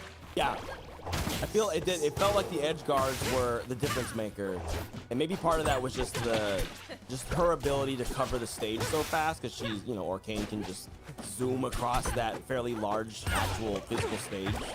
And I think the only other thing I saw like consistent was like less bubbles being thrown out in random places where Ganger could parry, so that definitely helped, preventing a lot of just like unfavorable situations for Maya. But right now, Ganger showing the edge guards and just keeping Maya off stage, but Maya able to make it back. Ganger deciding, okay, I'm just gonna return to center stage and play the game. Yeah, no, she wasn't modulating her side special height. So if you're just gonna do that straight at the ledge, I mean, you're playing into Clarence' favorite game, which is I get to stand still and poke you. Exactly. Oh, goes for the bubbles, but Gengar a little too high to get caught by them. The gigantic hitbox of down air, clipping Okane's movement. Yo, the tech chase gonna turn into a Tipper F strong. First stock going to Gengar. Oh, that down tilt might have turned into something scary, but she let him just come back for free. Empowered side special goes for it. Yo, the fade back to the ledge. Gengar staying safe right now. Oh, Maya's getting clipped by everything. And right now, oh, Maya able to get back, gets that down tilt, and gets the soul raid of the up strong. Yo, Dak is out of nowhere. If you talk about slippery movement, I mean that's what if you're playing the whale, that's what you're trying to do to steal stock. Exactly. Orcane has like the best X factor in terms of just random strongs. Absolutely, or just getting like bared from halfway across the stage. Exactly. Just you're doing okay. You're just like, oh, I'm just gonna live, and then suddenly you blow up. Absolutely. I mean, that's kind of happening a little bit, piece by piece, needle by needle. My guy's getting pin cushioned right now. A little bit of percent climbing. It's almost even, almost about to go into Maya's favor. But just as I say that, Gengar's fighting back, getting some percent on the board. Yeah, Needle. Wait, I think you're talking about the wrong water character here. Yo, I bet you those bubbles freaking sting. Oh, they probably do. Oh no! Oh no, but Maya able to just make it back anyway. Orca hop. That movement flub, I mean, but again, speaking of burst options, right? The dash attack comes out, Gengar not ready for it. Exactly. Gengar ready for that down tilt, going for the back throw, gets the fair, and here comes the edge. Here comes the ledge pressure. Wow, he was ready for that, for the bubble butt. The puddle, still big splash gets punished. And just not dying to he's fair. There's the kill. Wow, that back air is going to take 160% though. Maya was really trying to get something else. The bubble's stacking up already. Goes for a water gun as a punish in the air. Not really sure. Maybe that might have been a missed input there, but it's, you know what? It's working out so far. I mean, it definitely worked out. Just sending Gengar into a bad position, but Gengar able to just start playing center stage and putting percent on Maya right now. Just 56% already.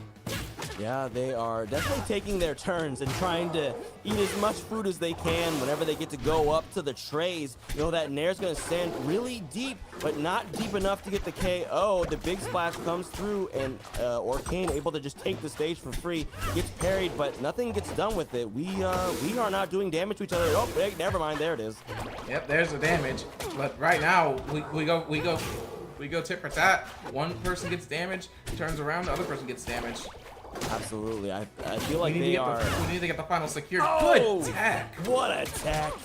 Oh my God, that's Oh, what no, you that's need gonna to take do. That's what you need to do. If you want to be a top player, you have to turn those guaranteed KOs into your KO. That was Gengar's game right there. That tech won her the game in a moment, a flash, a breath of air, and it was hers. Exactly, and we're running it straight back to Delta. Yeah, it makes sense. I mean, a great stage for both characters. You know, if that's a comfort pick, I do see Gengar here often. I see all of the cats here often. So it makes sense. Yeah, everyone likes the stage, so I don't see why not. Absolutely, but maybe, you know, I mean, I want to see something a little bit different out of Gengar. I think definitely the scraps were not going in his favor. Absolutely not. Like, Clarence is not a character that should be scrapping to begin with, so the fact that Gengar was willing to scrap is kind of dangerous, especially against Orcane. It's true, and we're not seeing a lot of, like, or as much jab or down tilt as I might expect. I feel like we are doing a lot of, like, short hop aerials to kind of catch Maya's movement rather than walling her out. Maybe that's just a playstyle thing. Maybe and that's we know Maya loves to scrap. She does. Ooh, She does. But with the forward strong. yeah, her first stock getting scrapped right there. Okay, wow. But taking it back in immediate fashion. She has like a bit of a pump fake to set that There's up. the side B. Boom. damage. Climbing up. Yo, doesn't hold ledge. Orcane walks back on stage. You getting splashed on 3 in a row. That's some damage for you. Trading back percents, but it's Gengar's turn to swing the sword. Puts the puddle down, goes for a pivot grab, expecting Gengar to pick an option, and he says, I got your option right here, dog. You're dead at 90. Yeah, it's called your stock. Gone. Yeah, he's like, I take those. I stayed here on Godai because I was trying to win here. I know that I've got what it takes to do it. Right now, we're seeing it right there. Like, the scrapping has reduced significantly. There's a big, scary red arrow going down on the graph on scraps. Exactly. All of Maya's investors going, no, what do you mean? Where's the scrapping? Please. What is this, a cage fight now? I mean, it could be whenever. It feels like whenever Maya's in control, then yes, and then whenever Gengar's in control, I guess it's just a fencing match. So what is this? Just the champion of the ring over here versus the rich salaryman who says you should treat this like a fair fight. Absolutely, absolutely, absolutely. Or Maya's going for robbery, and Gengar is just like, what if I back in? Yeah. Yep. But right now, this is a potential for Maya to seal it here. Oh, Never mind. no. As I say that, she sort of plops down to the drink, doesn't quite make it on the special Orca hop to the ledge. And that's gonna move us to a game 5. Game 5 it is. Look, you took a game on his counter pick, right? So that got Maya counter pick advantage for game 5 when she lost the first game. So the swing game definitely playing in her favor. Here she's going back to Fire Capital. Didn't work out against Sofilo, but let's see how it does against Gengar. Right now, Gengar getting some good combos, but not quite getting anything extra. Another grab. Just, I don't think this is working out here for Maya either. Not so far. Definitely eating a lot of fares. Gengar this time ready for the water gun. That parry is gonna keep him, like, he's got all of center stage, and this is a very large stage to have center stage. My guy has all the room in the world to work with right now, and he's getting the work done. Yo, the bubble butt goes for the slow one, dips low, and manages to just sneak back onto ledge. You eating up tilts. You eating theirs. This is definitely where Maya wants to be. That damage can add up. Hard read on the ledge recovery, though. It doesn't get anything out of it, except somehow the advantage state has not ended yet. Fully fighting back, almost percent evened up. What the heck? Yeah, just the push off from up tilting at the ledge says, okay, well, that's gonna push you to the ledge, and now it's completely safe. Yo, the chomps. Claren never safe. Them teeps are coming for you. You getting And the chopped up on. air gonna take the first stock. Wow. What was looking good for Gengar earlier is suddenly really good for Maya. Yo, the psych out with the special getup? That could have been a stock right there. That was almost guaranteed off that knockdown, but Gengar is not ready for the little backflip out of the puddle. This time, waiting for the ledge drop option, goes for the bear, sweet spot, not gonna kill. Fire Capital working out in Maya's favor that time. Gonna have to go for the puddle. The missed space. I think, you know what? I think because, you know, how big the stage was, I think the camera might have mixed up Gengar. He might have thought he was closer than he was. Yeah, that would definitely be a good thing, because the camera is not going to keep track of the entire stage, and the puddle's in a spot where it's just like opposition, but that is not going to do it. Good DI from Maya. Yo, this whale is a god. Did you forget? That is true. Actual canonical god. You know, what's a fencer to a god? Yeah. Maya at almost 200%. But yo, the runoff double jump but back air. that back air looking like a demigod option right there. You right though. You right though. Godlike at the least. Anointed, certainly. Exalted for sure. Exalted for sure. Venerated possibly. Yo, vocabulary on deck, and also the punish game on deck for Gengar, trying to get these percents to climb back in his favor, and it's happening right now. Reads the ledge, the platform option. Oh yeah, the parry was waiting for it. Parry. Yeah, there's the parries coming from Gengar right now, and that could spell trouble for Maya. Yeah, I think that, like, you know, we again, right? He doesn't want to scrap. His patient play is working out right now. The back throw into the F-Strong chipper, that's going to take it. Maya on her final stock, but the back air too. I think Gengar dropped his shield, or got shield pushed, and the back air two connected right there. Yeah, and right now, both these players at their last stock, but Gengar getting one grab and setting up position, but Maya firing back with her own moves. Absolutely. Gengar tried to parry the bubbles there, but remember, they are random. His parry unfortunately missed time, and he unfortunately lost an opportunity at totally swinging the situation in his favor. And instead, right now, it is Maya whose patience is paying off, reading ledge options, punishing at the platform, goes for back air 2, it hits, and Gengar doesn't take an option, waits, instead gets the punish off of the second option, and now you're getting thrown off stage. This is Gengar's edge situation. Oh, doesn't turn into anything. We're back at center stage. Oh, and here comes the jabs coming from Gengar right now. What you wanted to see originally. Absolutely. That's the wall out's got to begin at some point. And almost at exactly even percent. Goes for hydroplane shield. Doesn't pick an option for off of an F strong. Oh. But speaking of the F strong, the tipper's gonna take it. Wow. That was a full session of scrapping that just led to Gengar getting the final hit. You know, we were saying he didn't want to scrap, but when he had to scrap, it went his way. It went his way. That was impressive. I mean, what a catch. I really felt like Maya had that held down for a little while, but every time that Gengar would slip out of her pressure, it was an opportunity for him to get that classic Claren, like, oh, I've hit you once, it's my turn to have fun. And he had fun all the way to the end. Man. 6th set though. GG's to Maya going out at 5th. Not gonna make that super deep losers run, but frankly still made it a pretty excellent way. And that was, you know, going out in 3-2 fashion. That's how you want to go. If you're gonna lose, you might as well be right at the edge there, right? Exactly. For sure. Look, we have our winners finals in the can. So Sofilo is waiting there in losers final for Gengar, who I believe they did not, and yeah, they have not met so far in today's bracket. So it's a series of fresh fights all the way to the top here.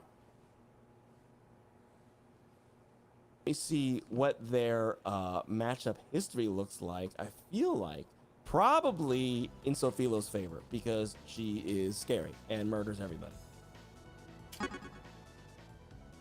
Boom. Yep. Gengar sitting on a fat 0-9 against Sofilo. Oh no. Not what you want to see. Wow. If you're a fan of the back airing Claren going into this losers finals, but Gengar's been playing really well today. So, you know, I mean, that 3-0 on always and keeping it tight against Maya. So maybe he's got something to say today. Let's find out. Maybe. Yeah, and then, like, you know, this is another one of those matches, kind of like Claren Rano, Claren Zetterburn, also a match where, oh, you've made a mistake? I guess you done. Oh, you messed up? That's on both ends, too. Exactly. You messed up? Oh, you missed time to parry? I guess you died. And especially with these two players. So we'll see who's able to better take advantage of their punishing activity today. Starting out, somehow Gengar let Sofilo have her favorite counter pick as our starting stage for game 1. Okay, I guess that means he's ready to go. He's gonna get in the water. He got the swim trunks on. I mean, it is summer after all. You know, maybe he's feeling like port is the way to go. Certainly, it's going in his favor right now, 90%. Sofilo off stage, texts the dare, but still in a really bad position. Another dare, rinse repeat. The F-Strong's gonna take it. Gengar says, I'm not here to play. Yeah, right now, just constant rinse repeats, just saying, okay, well, I'm just gonna keep you off stage. You don't get to come back. You wanted to play the game? No. It's my game. I mean, it's a single player game. Look, if there's a character that you don't necessarily have to go off ledge to edge guard, it is Zetterburn. And even though Sofilo has those like you know, F strong, like at ledge, like those wall techs on deck, as we saw, it was getting the second option out of her tech situation. That's what took the stock, right? So Gengar very much ready for this game plan. Exactly, with Sophie firing back with an up tilt. Misses the ledge, unfortunately. And Gengar able to get back to center stage. Yeah, she's fighting from the outskirts. Homegirl's trying to get into the party, wasn't invited, but swear, no, my friend's inside. Please, I just have to give them their phone back, and then I'll leave right after, I swear. And Gengar holding the door saying, nah, you ain't getting into center stage. And there's the fair reverse that we know so well from Sophie. Absolutely. Trevor's hero. Trevor's chosen one. Trevor's precious little baby. Yeah. Yeah, both Zetterburn and Sophilo. I think that they equal parts. But yo, you don't even need a tipper to get that F strong to take the stock at 130%. Holding out, dog. You dying. Oh, not able to get a tech chase off of that is Sophilo, so the percents add up a smidge for Gengar before it's her turn to start clawing your face again. Nair says, get off. Fireball says, I'm not leaving. Yo, the up special clips just above the ledge. A safe recovery for Gengar. Yo, the pity flip perfectly snaps the ledge. No punish from Gengar. We are going coast to coast. No combos. Just hitboxes. Just hitboxes. There we go. Now there's some hitboxes. The weight was so perfect. Man, it's just so electric. Zetterburn under a platform, just like roll towards me, roll towards me, roll towards me. That's all he wants. Yep. It's just like, please let me do an uppercut, please. And Sophie getting her wish on that, able to just land the clean uppercut. Good tech from Sophie. Absolutely. That is one of the things about how a lot of Clarence tend to use Dare, because the first active hitbox of Dare is all tipper. A lot of them tend to get that particular tipper rather than trying to space the down air tipper, which makes it easy to tech it as well. So it can be a hard move to kill with at the ledge if your opponent is ready for it. And so Philo has demonstrated that she is very much ready for it. Speaking of, oh no. Oh, good tech from Sophie. That could have been much worse. Absolutely. She's at 150, but she's not ready to give this game up. And still alive. Perfect DI. Such a high percent. Bear can be a weird move to DI. Yo, the cannonball doesn't push the stock, or doesn't take the stock. Yeah. The future combo's gonna do it, though. Homegirl playing like Ken. That was bonk. What a comeback. That felt like Gengar's game the whole time. And he just slipped a couple of times at the ledge. And that bear, the fact that she was able to DI that bear almost literally perfectly, maybe you deserve to win for that one. Yeah. Just played the game right and got rewarded for it. For sure. I mean, and at least, silver lining, Sophilo can't go back to Merchantport now. So if Gengar can take a win, at least she won't get her favorite counter pick later in the matchup. Exactly.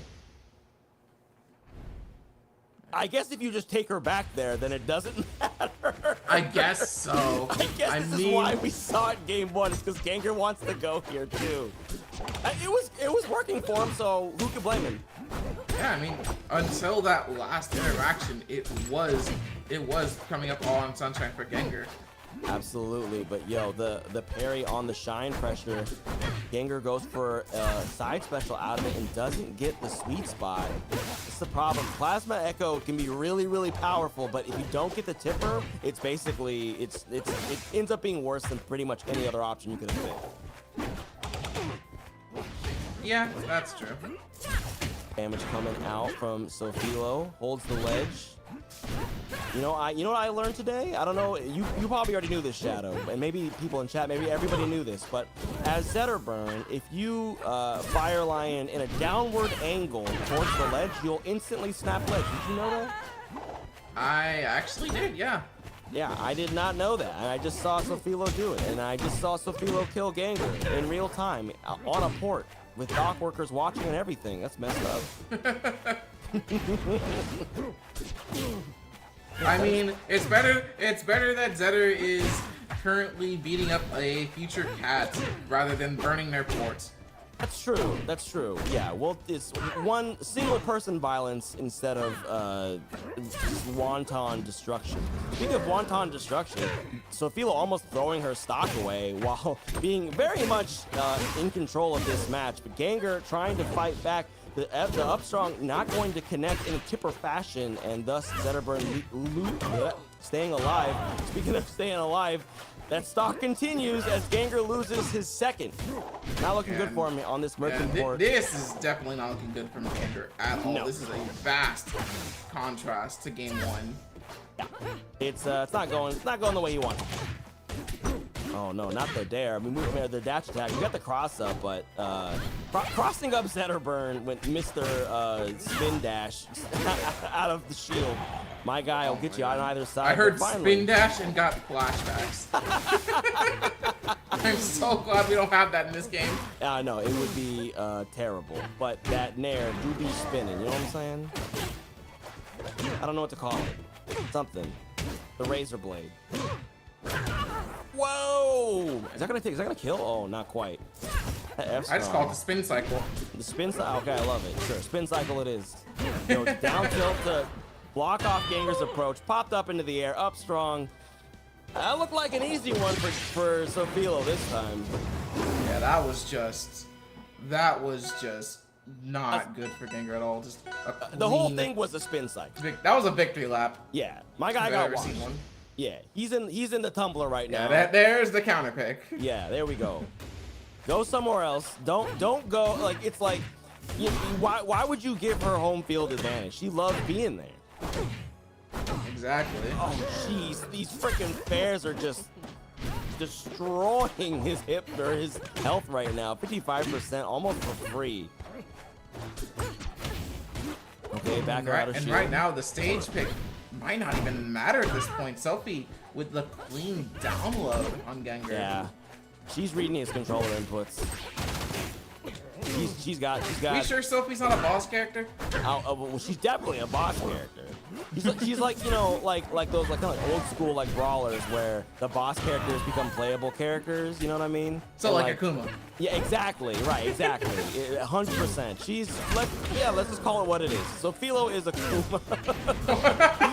The Satsui no Hado on full display here. Might as well be teleporting the way she moves across the stage. I get it, but Gengar trying not to succumb to the dark side here. But Sofilo is unrelenting right now. Oh, the cannonballs! You're getting dropped on your head, dog. 3%. My God, Gengar makes it back, but the parry into spaghetti. That's not a good combo. Ooh, but ends up living with the blossoms of the stage, and is able to get back to stage. Gets one more chance to potentially make up for it. And there's that chance. It's Zetterburn. Have you seen back air into Upstrong? My word. Or shine into Upstrong. Or anything into Upstrong. Yo, but Gengar finally leveling some damage here. There we go, parry on the shine. This time we get the tipper on the Plasma Echo. That's what you were trying to see the last couple of times that he's gone for it. Look, there we go. Here's the wall out. We holding down and we hitting down till. Gengar says, no more. Stop touching me. Stop approaching me. I'm not going to play neutral. You're going to have to get poked. Exactly. And right now, just... Oh, Justin Tekken. Oh, but is able to make it back, though. Sophie opting to not go to ledge. No, wanted to stay stable. I mean, Gengar has definitely is reversal from the ledge plenty of times, so I get it. Yo, the Plasma Echo doesn't hit the ledge, and you just given Zetter free activity there. He goes for the read on the platform, but Sofilo off tempo manages to survive and steal the stock. It's a quick 3-0 for Sofilo. Jeez, blink and you'll miss it, guys. Yeah, Gengar not unfortunately going to break the 0-9 streak. Hitting the double digits, joining Maya in the double digits against Sofilo category. But look, at least that means you're getting to these top 8 situations where you get to fight Sofilo. That's true. That's nice. That's good. You know, there's a silver lining there somewhere. But unfortunately, our two students of the game, Maya, Ganger, gonna have to watch these VODs and figure out what to do against the Fire Lion herself. Of course, that was losers finals, so as the prophecy is foretold, Sofilo will be seeing Mystery Soul in grand final. Gonna be scary stuff, guys. We are definitely gonna see a lot. It's gonna be painful. It's gonna be a bloodbath. And Sofilo has gotten the grand finals reset before. Has gone to true finals. So let's see if this time she can go there again and swap the results this time, get a dub for herself. It would be a momentous occasion, but Soul not interested in letting that happen. Speaking of Mystery Soul, you know, if you want to contribute to his plush army, hit up ! Matcherino in the chat. It is a link. Follow the link. There's a little thing that says claim code. That's free money for our players, those who get the payout. All you have to do is claim a code, just sign in. You have to do anything else fancy. You could donate, you can give extra money, you know, get a bit of a pop bonus for this banging top 8 we've been watching so far. But just claim a code, it's free, and we will appreciate it, as will our players. Yo, Shadow, what do you think that Sofilo needs to do different? I mean, she took Soul to game 5 last stop, frankly, to last button. It was itty bitty margins. What could Sofilo do different to maybe take this grand final? I'll start with what she should keep doing, which is preparing for the punish for the slingshots, because as we saw, that worked out really well for her. For sure. When we got the punishes. The other thing is just like keep Mystery Soul off stage and try to just prioritize holding ledge against Fleet, and try not to go for like any what is that word? Any like preemptive parries against the NATO unless you're absolutely sure you're gonna land it. Because a lot of times Sophie will just like go for a parry on the NATO and miss, and then Soul will just get back to stage for free. Sure, yeah. Okay, yeah. That, I mean, you that's the thing, is that Soul's such a demon at the ledge that when you just give it to him for free, then, you know, you're just inviting a demon into your home, and it's not a good idea. They don't make good house guests, you know what I'm saying? They never put their shoes off like where they're supposed to. They don't put their glass away in the sink after they just take whatever drink that you had in the fridge. Didn't even offer one. So, yeah, you gotta be scared, because Soul will steal them stocks for free. Exactly, and it's not even a matter of just like, oh, you should do better recovery against Soul. No, if you're off stage, you're just gone. You get maybe like 3 tries per Try stock. 2. Yeah, maybe 2 tries is probably more accurate. Yeah, especially if if he gets to go to Forest, or if he gets to go to any of these like to Tempest. So yeah, we'll see. Yo, but look, so Philo almost always goes with the Blue Panther skin, but this time they are resuming the skin battle from where it left off at the end of Winners Finals. They've both changed. Mystery Soul on Purple Husky, Sofilo on Lover's Zetter, Red Lover's Zetter. So they're still in the game that they were playing, half an hour ago. See, they're playing mind games within mind games. Absolutely. For us, the commentators. Just like, man, what do these skins say about their mental state? I don't know. Maybe they want to win. they just want to have fun. Absolutely. I mean, you know what? I'm here for it. 100%. And these two players, like, they play like they're having a great time, and you love to see that. Like, Rivals 2 is such an expressive game, and these two players, like, they, you know who they are. Like, you watch the play, and you're like, okay, that's Soul, that's Sofilo. So it's really cool to see them going at it. But we'll see if Sofilo can change the events this time and get a dub. Oh, there we go with the ledge grab. There we go. Yeah, holding ledge against Fleet, it can be scary sometimes, because the wind launch has so many hitboxes and it takes so long, but if you can trust that it'll work, you get you a stock. Yeah, but the forwarder also has so many hitboxes in. Absolutely. So we just dying to it. She'll just go to the blast zone and poke you a little bit, and you're like, all right, fine. I guess I'm just dead now. Yeah. Good parry. Really smart from Sofilo to go for the special ledge get up there to put the fire down, because she knew that, she was going to get out of the wind chime, and that Soul wouldn't be able to punish her positioning there. Really smart. Some extra percent. You always got to be getting it when you can. Exactly, and right now, both these players just holding stage and just trying to get one good hit. It's true. One good hit is so valuable between these two players. I mean, there we go. We see it. The platform tech chase, jet stream shot sent off stage, but unfortunately, Soul not able to get one of his trademark edge guards though. There we go. Sofilo dipping low again with the fire slam. Unfortunately for Soul, no. she gets back for free That might again. end it. Yeah. Oh no! He's walked it. Oh no! Wait for the ledge dash instead, and Sophie able to get back, but doesn't matter. Soul gonna take that stock. Man, that was poetry. Literally, it was like, I've killed you. I will now eat an apple. And then he climbs up from the ledge like, I'm still here. And then he dies anyway. Yep. My guy was so ready to cause an upset, though. You know, the parry coming through like you were talking about. Gets the actual confirmed tornado parry this time. So we trade in side specials. Oh, the damage is piling up for Soul right now. Exactly. Good down special from Soul. I know I don't know if Soul still despises Week's down special because of how slow it is, but definitely getting a lot more mileage out of it recently. Yeah, I mean, I think regardless of his opinion on how good any of Fleet's moves are, my guy uses everything she's got. Every single thing. Every special, every normal, every aerial. And you love to see it. And that's how you become a character master, you know? Exactly. Oh my god, Sling the slingshots shots. are slinging. He says, you're at 100%. I just have to get you to make one mistake, and there it is. Oh, and there's that mistake. Arrow to the kidney. You're going into the drink. Game 1 goes to Mystery Soul on Ho Dojo. Yeah, I was gonna say, we're gonna see Merchant Port. We going to the port. We going to the port. Pick up your merchandise here at Merchant Port. We have dead foxes and lions in ample supply. Same day shipping. It's same day Oh my shipping. How about 10 seconds? Fast shipping, express delivery. Your stock is gone. We just started. Not even. That was 15 seconds.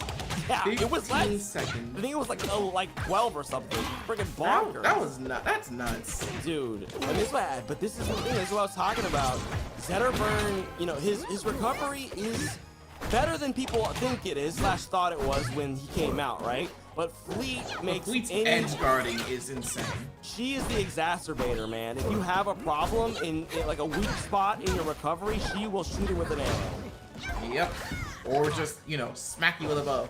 Exactly. Wow, that ledge grab was a mile away. Magnet hands out here in Soul's favor. Top player privilege. Of the nair over the dare. Or the bear. Oh, the pop-up on win launch. Oh, that trade. That almost never happens. No, it's very rare interaction there. Oh, see? This is what I was talking about the other time, you know, when he didn't go for a dare to get a bear. This time he did the dare, missed it, and that turned into a reversal that cost him his stock. But it won't matter because he's still up a clean. Sophie with a bit of a hill to climb here. Oh, One stock difference. She's got to swim across a whole canal right now. I see some mountains in the background. Go climb them. You gotta get up there. You have to go rub the arcane statue for good luck. That is that's more accurate. I don't know. Exactly. I mean, yeah, it could be. There's definitely some superstitions about Orcane and the port. There you go. Makes sense. All right, Sophilo. This is your homeland. Don't get the ledge held on you. Ooh, slippery fingers. Can't grab the ledge. There goes your stock, and there goes game 2. In quick fashion, too. We're already at game 3, and this is Sophie's tournament game, right? Oh yeah, it is now. Absolutely. She's been pushed to the brink. Wow, yeah, changes up the counter pick. Changes up, going to an even bigger stage. Wants a big old stage. I mean, I don't even know necessarily that a lack of space was the problem. I think maybe we're going for better platform arrangements. 'Cause I think. Yeah, I feel like this would be a prime home for Soul in particular because the slingshot potential on this stage is insane. Like just straight up, it's just straight up like taking a kid to a candy store. It's true, but I do feel like Sofilo was losing in the open space of Merchant Port, like, you know, when the side platforms weren't coming into the mix. So having the platform orientation swapped so that she can get follow-ups off of, you know, platform tech chases might be what she's going after for here in this matchup. I'm not sure. So far it's working, but right now the stage size, like the blast zones, are working completely against Sophie right now. He needs like a real kill confirm. Needs to get these up strongs or any of these strong attacks out, or even for classic pairs. Yo, I think I don't know if she tried to parry that Oh, wind chime no. there, but you're not making it back from that one. Man, she was cooking 150% on Soul's stock right now, but lost her stock first. Yo, the fairs, we're getting walled out. Oh, and gets clipped by the meat. That's the third fair in a row. Yeah, this is really not looking good right now. Absolutely That might not. be the stock, yeah. Soul in clean fashion, just 2 stocks ahead. Yeah, like Sophie could take the stock now, but really just not just a hill to climb anymore, a mountain. Absolutely. Like you were saying, she better get to hiking. Yeah, but it's not looking good. The reverse hit, and that's Oh, no. it. Sophie just. Oh, It's not it's like not, this. It's not like that. It's just Not over. like this. Wow. Sophie, that was the wrong way. Damn. Wow. Well, there you have it. In quick fashion, beep boop pop. There go your stocks. There goes the tournament. Mystery Soul gonna take it 3-0 in grands over Sofilo. Congratulations, Mystery Soul. Currently undefeated out here in these hop-on streets. My guys got it like that every time. Yeah, just truly built different as a player. Just doing it with a character that people don't think is too good for some reason. I even don't though get that's- that. Did I don't you- get that either. People, watch. Did you not just see what I just saw? Did you watch it? Watch what he just did. That's crazy. My guy can just do that to everybody. So Philo, top Zetterburn, and he can make it look like that. That's something. That's something. But yeah, no, so Philo unable to find her feet, I think, in the counter pick matchup, and the engine was just going for Soul. Everything he was doing was working. Even his guesses were working, and once that starts happening, yeah, it's hard to come back from that. Exactly. I mean, if that didn't show a message to you guys, all these characters are viable. Do not sleep on your characters. You have stuff with them. Learn it. Practice it. Absolutely. Adapt to it, and you will do well. Absolutely. I mean, that's how Sofilo, you know, always on the grind. That's how she's been climbing up on these top 8s, and of course, taking plenty of hop-ons. I think like 7 in a row or something was like her record, maybe even more. So definitely, you know, that's what you gotta do to get into our top 8. And of course, speaking of our top 8, we don't have the graphic just now, but just to recap for you guys, out at 7th, we had Sealder and Potatoes. We had in 5th was Durai, who lost to Maya and always to Gengar. And then 4th was Maya, Gengar in 3rd. As you just saw, Sofilo taking 2nd with Mystery Soul with the champ's crown on his pretty little head. So I think that's gonna do it for us, Shadow. Yeah. That Did you have fun? Your first time on the mic? Oh yeah, absolutely. I had a blast. I haven't done comms in a while since before Rivals 2 came out, so it's glad to be back on the mic. Nice, awesome. Well, it's good to have you. Good to calm together. Hope to see you in future hop-ons. Man, I'm here as often as Duo will let me.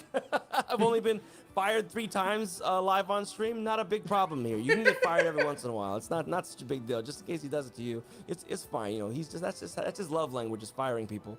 But good to have you, Shadow, and good to have you guys, everybody out there in the chat. I hope you checked out the Matcherino. Again, it's free money for our players. My name is Toddly Enough. I'm at Toddly_enough on Twitter. Toddly Enough on Blue Sky. Check me out. I'm finna try and put some kind of reel together. Maybe I can get a comm spot somewhere. Maybe thinking of trying to go to Collision. I will be at Evo, not talking to anyone on a microphone. Maybe just in person though. But I hope to see you guys at something soon. Shadow, what you got for the folks? Yeah, and if you're interested in the stuff, I do a lot of labbing stuff for Olympia. I am one of the moderators of Ollie-Cord. You can find me on Twitter at shadow_CFL. And if anyone's going to CEO, I will see you there. So come find me. Nice, we on that Florida life. Awesome. Well, thank you guys so much. That's gonna do it for us. We're gonna catch you guys next week with another Hop On. Don't forget, we got a league running, so you better keep that attendance up. We'll see you then.